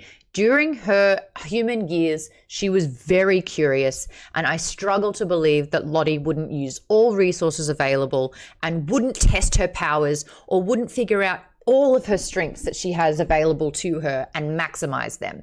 The fact that she stayed a mouse in this cat hunt, to me, just felt... I'm sorry, but it came across that Lottie chose to stay naive. And I don't, and she didn't really necessarily come across a victim either. It was just somewhat nonchalant. Oh, I've just noticed that I was supposed to have a second date and she just showed up in the river. Oh well. I do want to point out that when they met, Lottie is like what, 18, and Charlotte's like, or Sabine's like 450. Stuck in an 18-year-old body. Yeah. So, Oh, I do like that analogy. I actually saw this horrible video on might TikTok. Refer to the older person, you know, and that's what I think she does. So there was a post which was Confessions of a Narcissist, and the man was in his late 40s, and he said he likes dating women in their mid to young 20s because they are still naive enough to control. I think that would have been great to see a lot more from Sabine, who is, I think, definitely demonstrates controlling and narcissistic tendencies, abusive tendencies. And I feel like in the first half of the book, we got a very clear justification of her actions. And it was like, yeah, revolt against the system, babes. It sucks for you. This isn't cool. I love that metaphor where it was like the mum says, you have to bend to the world. And she's like, I'll make the world bend for me. Like more of that. But how, with vampirism and added monstrosity to the equation, how that can turn problematic. Like, I really do think that if you're a pretty shit person, then you turn into a vampire, good Lord, you literally become the monster. Like, you lean into that so much more. And I think it has to be a real fight. And like, we kind of saw that with Matteo. Every day takes work to not become the monster. And I feel like Lottie just opted out of thinking. And that's why she didn't become Lord, the maybe monster. that's the thing that Victoria has tried to say, well, if you're bad, this is how you'll behave, you know, and you've got Sabine, who's sort of the emblematic of a monster. And then if you're not bad and you become a vampire, you struggle, you know, but you've got Alice and as Alice is a newbie, and you've got Lottie absolutely struggling with the whole concept of vampirism and having to live that life that they don't want to live. You know, maybe that's what it is. Maybe that's her comparison. You've got real evil and you've got, you know, shitty hand. Opportunistic evil. Yeah. Yeah. Great comments coming in as well.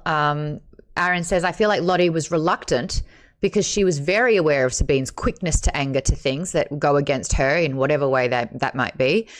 She wanted to keep her happy and thinking that would make her happy. So the reluctance made her, staying controlled, I guess. Scoobs brings up a fantastic quote. Why does Charlotte stay? That's like asking, why stay inside a house on fire? It's easy to say when you're standing on the street, a safe distance from the flames. Harder when you are still inside, convinced that you can douse the blaze before it spreads, rushing from room to room, trying to save what you love before it burns. See, that one single quote is the exact example of show us what it means to be in that position. I feel like having Charlotte's diluted version to try and manipulate Alice meant that we didn't see Charlotte inside the house while it was on fire burning, trying to put out the flames and trying to save what she loved. We didn't get that real essence of what she was struggling with. We got a diluted version that I don't even think worked on Alice, that I don't even think really makes sense to try and sway Alice either. Aaron. That's why Charlotte went with the Hail Mary of, oh, and if you try to help me kill Sabine, you might come back to life, since my clearly 3, 4, 5 hour story of my entire existence didn't sway you. Let's just throw in what I'm now feeling in your brain, like, oh, you want to be alive and you want to get your life back. Well, there's maybe a shot. Again, it would be so much cooler if we knew Charlotte knew that to be a lie. We don't know. Charlotte could actually really think that. Because I don't know that Sabine told her that she killed her maker and stayed a vampire. We know that as the reader because we got Sabine's story. Do we know that Charlotte truly thinks that? Or is she using that leverage against Alice? We're not sure. Do we know that Lottie would kill Alice? Are we convinced? Is it a sure thing that once Alice had killed Sabine, that Lottie would then kill Alice? We don't. I bring the weapon that she Something's motivated her. Go on, Mum. Well, I mean, something has motivated her to do what she's done, which is so incredibly uncharacteristic of Alice. You know, she's gone off to save the day and to kill Sabine, and she's got You know, she's got a methodology and the whole bit and how to do it, and she's been quite clever about it. You know, something has motivated her to go this far. It seems like it's highly possible that she thinks she's going to come back to life. Okay. I don't know. What was Lottie's catalyst? Did she hook up with Alice knowing that Sabine would turn her, thus creating a weapon? How do we know that Alice had what it took to defeat a 600-year-old vampire? 500-year-old vampire? Like, that was... We did not. Yeah. See, I don't like bringing this up because this is a very feminist book, and I feel like the term Mary Sue is a bit of a cop-out because there isn't really a male equivalent of it. A really prime example of a Mary Sue in the last 5 to 10 years is Rey Skywalker, or whatever we're going to call her last name, Rey Palpatine, you know what I mean. She doesn't have training. She's isolated from other Jedi. She recognizes she has powers, and quite quickly she's able to take on people who have had decades-long training and da-da-da. And men were very, very mad that women can just do the thing. There's many examples of this, and there's many examples of men who have all of a sudden had very little training and then can save the world several times over. In this particular instance, we have spent an entire book understanding that Sabine is a weapon, that she's dangerous, that she's conniving, that she's traveling the world to learn about the powers, to harness said powers, that she's successfully been able to control people. In what world do we believe Alice could kill Sabine? And it was through seduction? Was it though? Was it? A lot of Reddit comments have said that it just felt like Victoria ran out of gas right at the end. And I kind of agree with that. I think Victoria writes such a beautiful story, but the end didn't quite land. Aaron, you disagree that you think that Sabine should have killed Caddy. You don't think that that needed to happen. I do think that there needed to be way more oomph in that happening. I think it needed to be an accident, or Sabine needed to have a chink in her armor. She's literally wearing armor.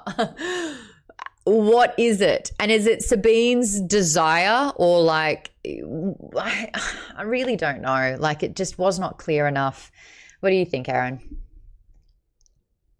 As far as the whole thing with Caddy being killed by Sabine, I don't like that because it just feels like who connected. Like, I like the idea that Alice was just picked as a random girl as bait for Charlotte. Like, the whole thing was just a setup, and even if it didn't succeed, it's like, you know, Charlotte feels like she's gonna find another girl that maybe she could use, and then repeat the process until it works, kind of thing. Is my Sabine is definitely not a fool me once, shame on me, fool me once, twice. You know, like I think you get one shot also at this. Insane. Yeah. I think she's also like so far gone that because that's what also leads to the part where why I think Alice was successful is because he used Sabine's arrogance against her. She thought she's in control. Like it's like she's already been showing like, kept her like, in the chair, showed that she has able to compel her to do stuff. So she then used that. Plus, she didn't have anything around her to use as a weapon. So it's like, hey, let's go to the bathroom and take a bit of the tile out and use that, which I thought was kind of clever. But Nick, you've got a really... It's still stupid ending, but I liked it for what it was worth. Nick, you have a great comment about how Sabine was killed. Yeah, she was just so confident in herself. It was her hubris that killed her, honestly. She saw this newly turned vampire and just was like, there's no way she could kill me. Look at this weak little girl, and that's what did her in. And I think we're also supposed to believe that Alice spent so much focus on hiding her feelings that I guess maybe she was successful in that, and she fooled Sabine also into thinking she was just weak and didn't have any ulterior motives, that her little bit of acting and seduction fooled Sabine. But yeah, it was mostly her hubris. She just, she lived for 5 centuries and was immortal. Why would she die to a new vampire. I do wish that Alice had sort of at least set up a bit of a trap. Again, that's obvious to anyone else, but like, I just don't think walking into a shower was enough of a trap to get Sabine. Like, do we know that Sabine is still very, very hungry, or that she's looking for her next victim, or we're missing too much. I also think her underestimating Alice has to do with Lottie. Like, she spent a century with Lottie, who just was like Sabine's plaything, and didn't, was under her full control and did whatever she wanted and was submissive to her. So like, that's what she was used to, kind of thing. And she probably saw Alice as like, sort of like Lottie. So yeah, there's that too. I'm just trying to think if like Sabine was ever in a time where, as a vampire, she felt threatened. And the only thing I can really think of was when Hector and Renata got caught by the humans and put in coffins and burned alive. Like, that was the only real time where there was any semblance of threat. But in the next centuries to come, like, there hasn't been. And what I find interesting is that, like, we didn't necessarily get a male vampire. So it's like, it almost seems like only women became vampires. And like, if the men were vampires, it's like they were gay. So there wasn't actually like a cis white male vampire that then had this more power and was able to kind of use that threat in the extended super sort of predator side of things. Because I think that would have been Sabine's worst nightmare, is like finding a male vampire that just didn't like her and just hated women and then hated her, and he was excited by her because she was powerful, and it was like another way to destroy something beautiful. Who knows? Alice was, to an extent, Lottie coded. That's why she was picked, because she is like Lottie at the beginning, just feelings very loud. All of her thoughts are just out there. Yeah, except then Alice silenced them around Sabine. Really? Around Sabine. Well, I think the thing was like, if you can't silence your thoughts, then focus on just one thing and make that the loudest thought. And that was Lottie. So isn't that motive right there? Isn't that like, Lottie is on my brain, and if I'm around you, then Look, I love this book, and I've just ripped it apart, and I do this all the time. I will come to you with like A Court of Thorn and Roses or the second book in that one, and I'm like, this is a 5-star read. I've read it 3 times. I love it. And then we spend 2 hours finding every plot hole and laugh out loud, like unbelievable, just terrible, laughable moments. And I still will love this book, but I will also see the flaws that do exist. I do think that the ending was anticlimactic and rushed. I think there was emphasis on Alice's backstory, which did not have payoff. I would have loved to have seen more of Sabine's demise in the second half of the book. I would have loved to have seen more growth from Lottie, trying to find her independence and power of being on her own. I don't think we got enough of Lottie's. She almost is like so severely codependent because all of her worth was put into other women and finding a new relationship to feel whole again. I would have loved to say Alice had a journey of independence. Where was Lottie's? Sabine had an amazing journey of independence. She decided to become independent of societal norms. Like, I still think that that's the most beautiful character arc we had out of all of this story. Lottie needed more. Lottie is mousy fucking brown as a color. She's beige. I needed a rainbow coming out of her, you know? I needed all colors on the spectrum coming out of Lottie. Oh, Mum, guess what my swear count is up to? Actually, better not tell her. Don't tell her. It's all good. I still think that this... I'm listening. 1,304. I still think that this book is really, really lovely. And I mean, I've got so many, we didn't even really get into these questions. We did talk about a lot of these things naturally though, but some of the questions that we had were about Maria/Sabine's arc. How did Maria's transformation into Sabine evolve her from victim to predator? Where do you feel her agency truly lies? Before or after becoming a vampire? Charlotte and Lottie's growth. What do her decisions in London, especially embracing her identity and leaving Jocelyn, reveal about her internal conflicts? And how do these choices weigh against her later failures? We haven't really gone into Charlotte's human life and the first relationship that she had with Jocelyn. And like that beautiful moment where Lottie was still young, 80, 60 years later, and Jocelyn is outside as an old woman. Like that's a really beautiful moment. And Jocelyn sort of doesn't have, she thinks that Lottie is a ghost. She's not entirely there, but that's a beautiful moment. Someone in the comments was talking about Lottie's brother, because he saw them having a little smooch off and then proposed to Jocelyn, that he was doing that to protect Lottie in a way. What are our thoughts on that? Yeah, I got the impression that, because they mentioned that he has been very slow to court any women. I got the impression that maybe he's gay. Oh. And now that he figures out that Jocelyn is too, and he already covered in front of the parents saying like, I wanted to take a walk with Jocelyn and Charlotte is just escorting him. So that was their excuse. They had their arranged marriage. They keep appearances up for the whole society. Have their children. In their home, they go do their own thing with whoever they I want. like that. That's what I'd like to think happened. I missed that, but I caught it one-sided. I didn't see it from the brother. So I think that's really sweet. Nick, you want to talk about the theme of names and identity? That's a good one. Yeah, I loved how that was used as like a theme throughout, like how it was Maria, and then when she became a vampire and decided to be, this is what I'm going to do with my life, and I'm going to change my life, and she took on this new name of Sabine. And then Charlotte, who like wanted to be called Lottie, but then Sabine was the only one who called her Charlotte. Mm. And it was just like another way to control her. But then, right as Lottie broke away from Sabine and ran away, was starting a new life with Giada, and Giada called her Carlotta. Carlotta.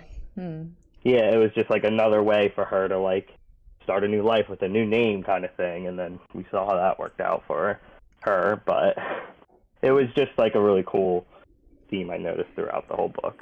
And I'm sure if we got more time with present day Alice, which is what we needed more of instead of her past again, that Alice could have been an ally, or that there was room for her to become someone else too. Yeah, and how her sister was Caddy, but her name was really Catherine. Mm-hmm. Like, she just Yeah. No, I see that. Identity. Do you think that Maria taking Sabine's name was honoring Sabine, kind of like stepping into the mantle of a vampire, or was it a way to control? No. Yeah. No, it was just a way for her to shed that weak part of her. Like she was weak as Maria, and now she's this new person that can be strong and do what she wants. And she saw that Sabine operated her own business, had her own autonomy, was integrated into the community in a way that I guess Maria didn't have. So, it was like, yoink, I'll take that. I want your life. What's that, Mama?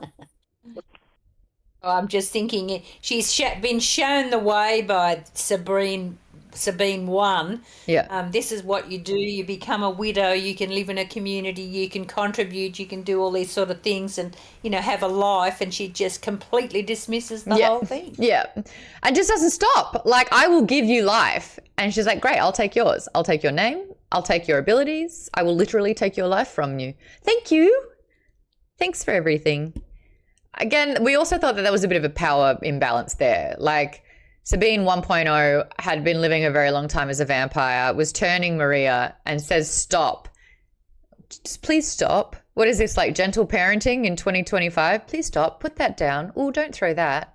Oh, please stop. We don't say that here. We don't do that. We don't. Sometimes you got to smack a kid. I'm kidding, Mum. I'm kidding. I'm joking.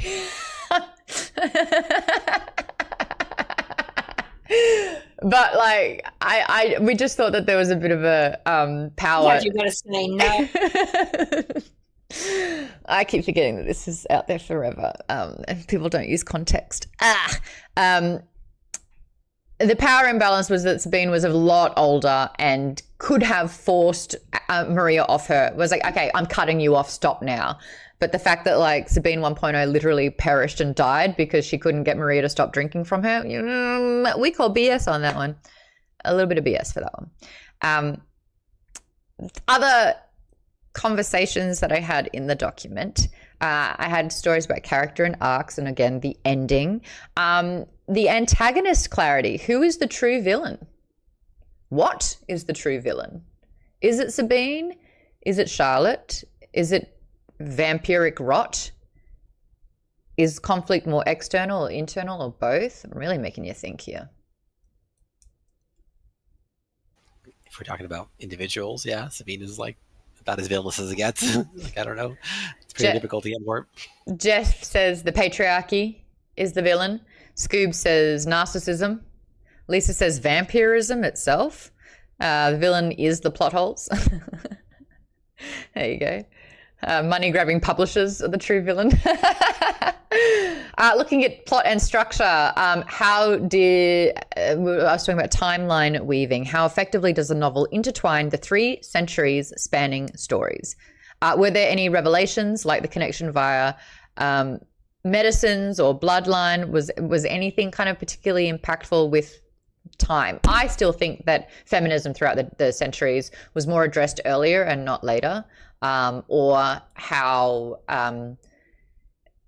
the Lottie and Sabine would have really wanted to own sort of like what they were allowed to do more and more. I mean, I put myself in those shoes. If I were a vampire, I'm like, what can I do that I couldn't do before?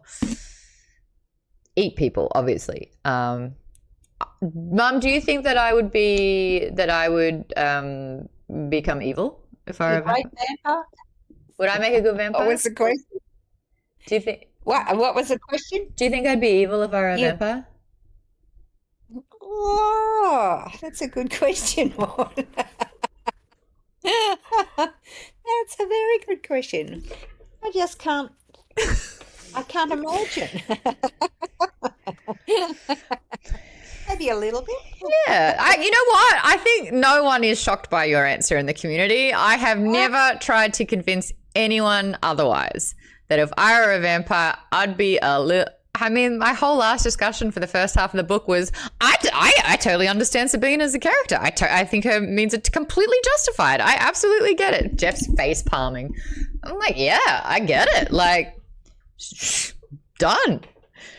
Look, would I target bad people and kind of those moments where I really like in the book, and I think Victoria really hones in on this really well. It's that moment where there are bad men in the book who think that they have power over women, and they are going to use that power and get what they want, and how the script flips on that. I can imagine that I would absolutely relish in those moments also.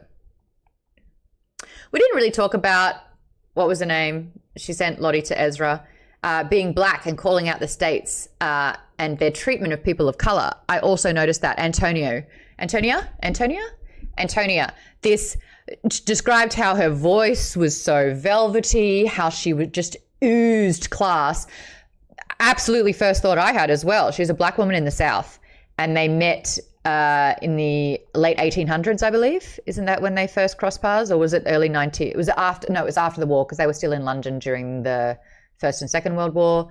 So this would have been in the 1950s. So this would have been Jim Crow. I would love to know, same sort of thing with like Sabine feeling like she was just a vessel for her husband to breed, how Antonia would have absolutely relished being able to feel like a predator when her whole race is being vilified by America. Like, yeah, that would have been wonderful to see. You know, you're not supposed to be eating on this side of the restaurant, gets arrested outside. She gets her own meal, is done with it, you know?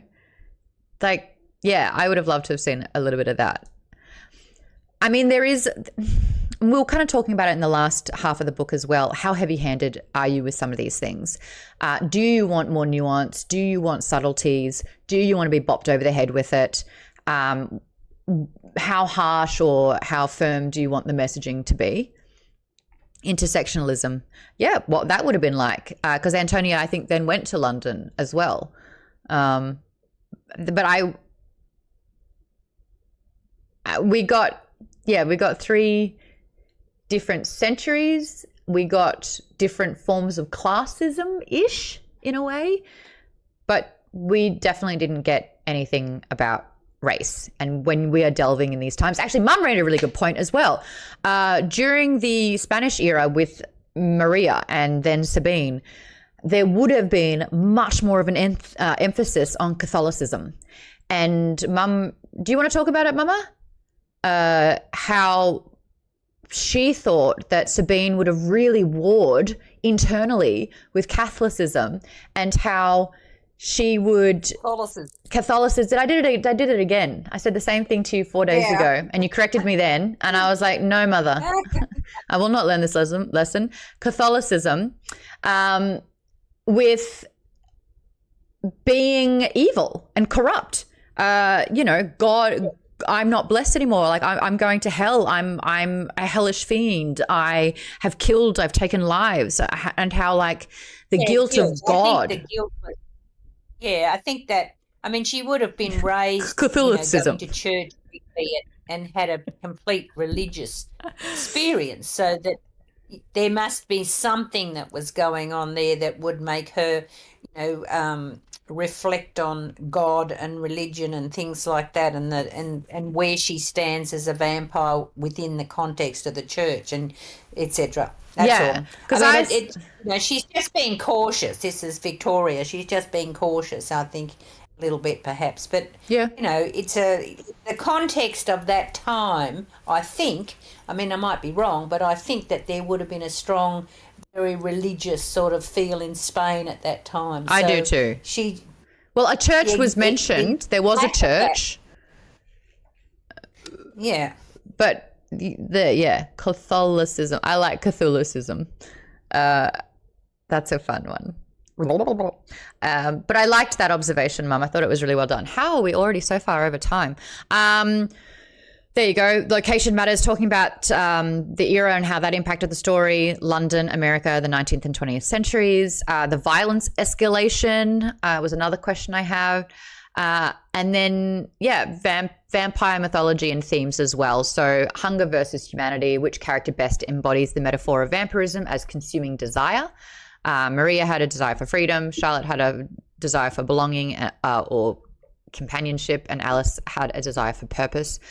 The cost of immortality was a big thing that I wanted to bring up a lot. I really do feel like if you glorify something, it needs to have a level of corruption behind it as well. Like there just needs to be balance, and I think that the rot was there. It just wasn't like, I wanted to see the cost of it a lot more.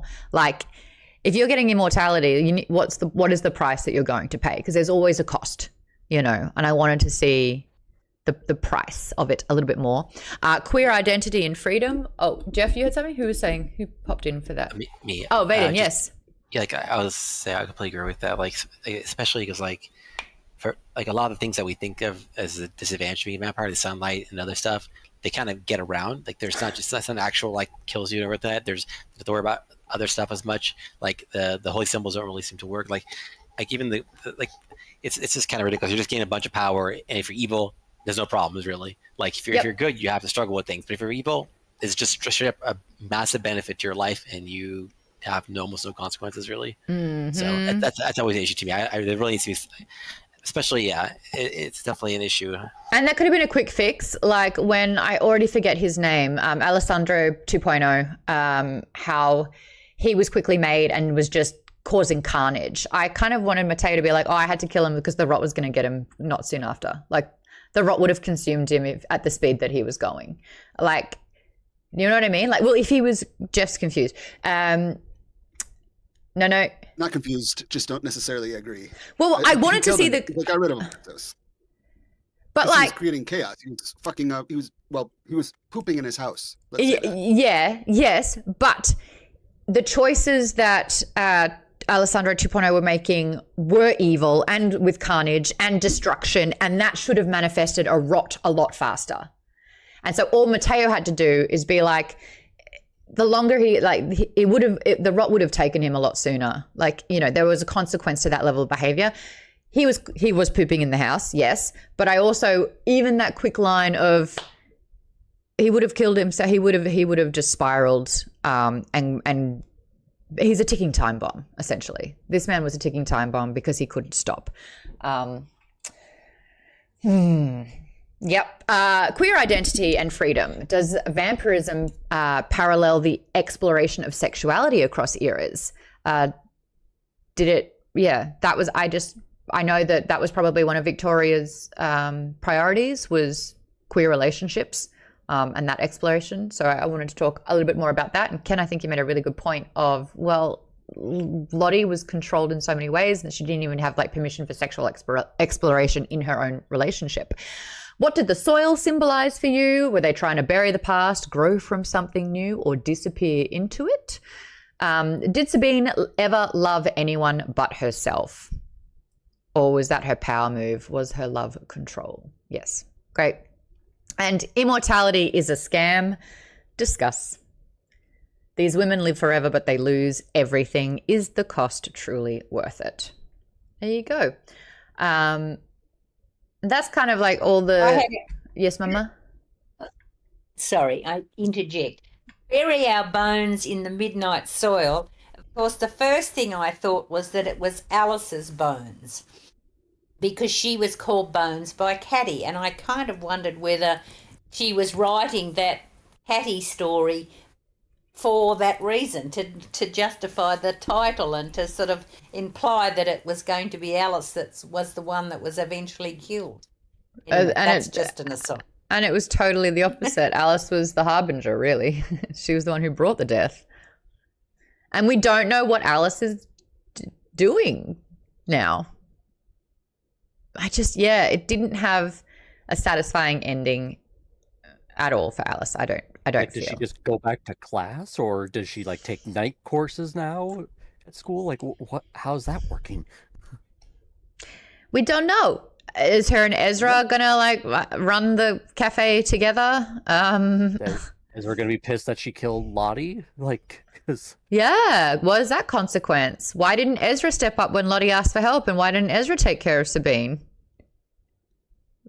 We don't know. Interesting. Men, how did it feel to have so few male characters in the book? Did you notice? Yeah, I mean, it's obvious you noticed, but like it wasn't bad. It wasn't like not an issue. And the few male characters there was a lot of variance. Like most of them were shit, but like Mattia was awesome at least. Yeah, as awesome. was Alessandro. So yeah, there's some cool ones. I didn't really feel anything either way. I just felt that the story had characters that needed to be in that story, and those were the characters, and some were women, some were men, and that's just the way it was. Yep. Nick said it either way. Nick said the same thing. I didn't really notice. Didn't even really notice. Scoob said, I thought the women had a lot of masculine qualities. What were some of those masculine qualities? Possessiveness and control? Kidding. I kid. I'm joking. Yes, says Scooby. Sometimes it is nice to have full circle. Well, we don't claim those anymore, says Academic. Yes, I hear you for 2025. We love that.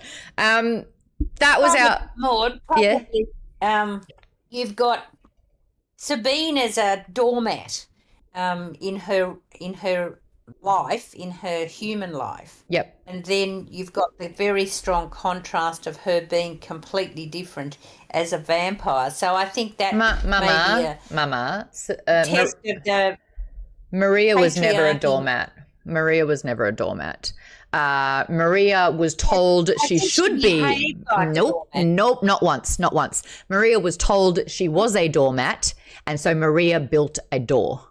Like, she became the door. Yeah, she became the door. She was told her place, and she refused to kneel. Like, and that's the thing. It's like she didn't really. She appeared to be cooperative and compliant, but she wasn't in her head. But she was in appearances.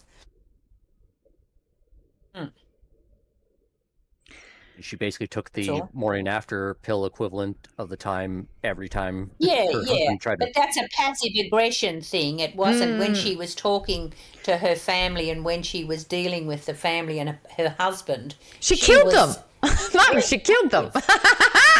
She went back and she killed them.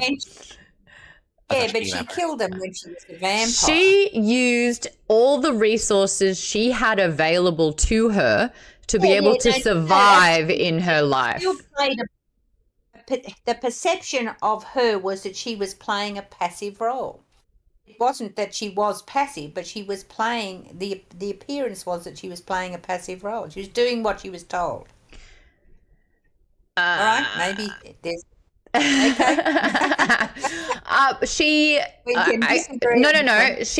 The building blocks were in front of her and she was trying to build the best life she could with what she had. So she used her looks. And she had very little to work with. Very little. So she used her looks and she manipulated a situation that she thought would provide her more in her life. And what she didn't know is that it was a nicer house, but the same rules applied. And it was the patriarchy that she rebelled against, and she fucking killed them all and then lit the house on fire and didn't shed a single tear. Passive-ish to quite strong. I mean, there is a masculine element to her as a vampire as opposed to her as a female as a female human. She was a girl. Yeah. She never really even became an adult. Yeah. I think that it was always there. It's just that when she was looking for resources, vampirism became the best resource that she could have had. And she used every facet of it. But I don't think that she continued to obliterate the patriarchy in a way that I thought would have happened in Sabine's trajectory. I really wanted to know how and why Sabine then decided that her satisfaction and purpose in life was to create a cage for another woman. That to me didn't really make sense. She became her husband. Yep. The oppressed often become the oppressors. That's it. And that's what we learnt for this one. Fantastic book. Really excited. Also learned that 8 steps is enough to kill an old lady. 8 steps. Oh yeah. Bump, bump, bump, bump. I'll be interviewing Victoria Schwab. I believe it's on the 18th or the 19th of 18th. Maude, get your calendar out before you start saying words. 19th of July at 11 a.m. PST. It is a Saturday morning. We're dealing with Victoria being in Edinburgh for that one, so we're trying to make it work the best we can. If you are a book club member, you get access to the author Q&A doc. I have posted it in BookPick or members chat or show chat, members chat or book of the month. Book of the month. I posted the link in Book of the Month. Feel free to ask Victoria your questions. I will be the mouthpiece for you. I'll be able to ask her your questions, which is a lot of fun. Ask if she uses dipping sauce with pizza. I will say that was I'll say it in the after show. I don't want to. My mum's here.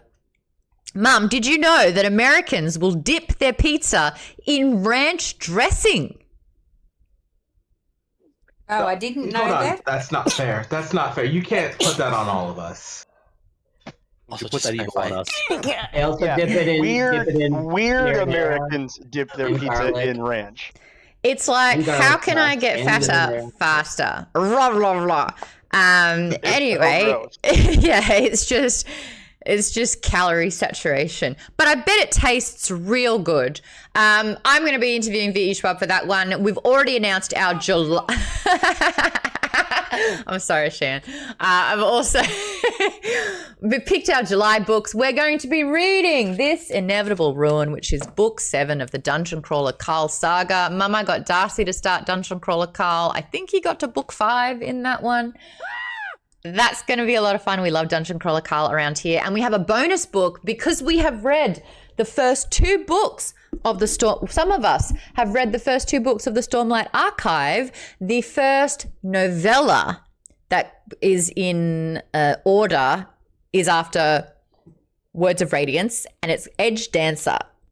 I keep saying things like I'm like 100% sure. I never am. Edge Dancer is the first novella, and so we'll be reading that as a bonus book as we warm up to, I believe in August, we're going to tackle Oathbringer. What have you got the giggles over, Jeff? You got the giggles. He's saying, absolutely no, I will not confess. I'm spiraling in my own little giggle puddle. And that's all fun. Great Toast Poster. I love hearing that. Dungeon Crawler Carl has a web comic coming out this month. It's July 13th for that one. And I can't announce it yet, but I would keep it locked to San Diego Comic-Con if you're a fan of Dungeon Crawler Carl. And me. Do with that as you will. Also, we got a trailer for Project Hail Mary, which looks amazing, but I think says way too much, way too quickly. It basically shared the whole movie. So if you haven't seen the trailer yet, but you want to watch the movie, read the book. This is absolutely your sign to read the book first, and then you can do whatever you want with that trailer. Academic says it is a crazy short book for Sanderson. Most of his novellas are regular novel lengths. So now this one, I saw it. It's like this compared to this. It's like this. Nothing in the trailer is from the last 2/3 of the book. Not true. That's halfway through the book? I thought that was halfway through the book. Yeah, it's 3/5. I'm not spoiling anything. I'm just doing this. They still shouldn't have revealed that. They shouldn't have revealed that. Or that it was like a hostile, possibly a hostile encounter. Yep. Read the book. Please read the book. Honestly, it's a 6 out of 5-star book for me. And I'm about to do 10 videos on Project Hail Mary TikToks because it's one of my favorite books of all time. They gave Gosling old man glasses to make him more nerdy. You say nerdy, I say sexy. Old man glasses does it for me. Academic says, I refuse to read the book now. What do you mean? Yeah, I've had this conversation here. I do not read the book if I know that there's going to be visual media of the book produced so that I can consume the visual media, get my best possible interaction with that visual media, and then I can get the better version for the book. That is the wrong way. That is the wrong way. It's wrong. This is my hill to die on. No, right? Then this is how I do things in life. You're wrong. Everybody, the world is allowed to be wrong, all right? And I'm okay with being the person who's right. But okay, in his defense, though, I never got into Harry Potter or Lord of the Rings until after I saw the first movies, and then I got the books. So you never had to Professor McGonagall? Books are great. Books are great. Actually, I enjoyed the books. Of course they're great. I actually enjoyed the books more than the movies, except for Lord of the Rings, because it's Tolkien. But I never read the books. I tried to read it. I was 18 years old. So the visual media helps so much. I get that. I get that. Picture an apple. I can't picture an apple. Oh yeah, a crispy apple with a little green patch on the side of it, one leaf. Nothing. I can. I see darkness. KB Dubs just says end the stream. End the stream. We should. Who are we rating into? I know that Trisha was streaming earlier. Oh, she didn't raid, guys. If you are a dragon rider. You tell her. Didn't yeah. Didn't rate us. Pate Peter is on? Guys, you don't know this if you haven't been around for a while. When I was early days streaming, I would play Among Us with a bunch of strangers because we were in lockdown, and that's how I made some really great friends. And through that, I met a guy who streamed, and his name's Peter. But Petah, which is how I phonetically would say Peter anyway. So I loved that immediately. His username is Party Peter. And so I went to this bit like, Moira in Schitt's Creek. It was just Pate Peter. And I could not stop saying Pate Peter. And I believe that Bitte Party, the Bitte Party emotes that we have, was based on Pate Peter. Do we still have Bitte Party? Look, Pate! Guys, this is where it's from. Bitte Pate. It's because of Pate Peter. Anyway, we're going to raid into Pate Peter. And I'm so excited. He hasn't streamed for 2 years. He got married and then had a life. But he's back. Pate Peter! Oh my God, Mum's still listening to this. that like? Sorry, Maude is Mum. broken. Anyway, guys, say hi.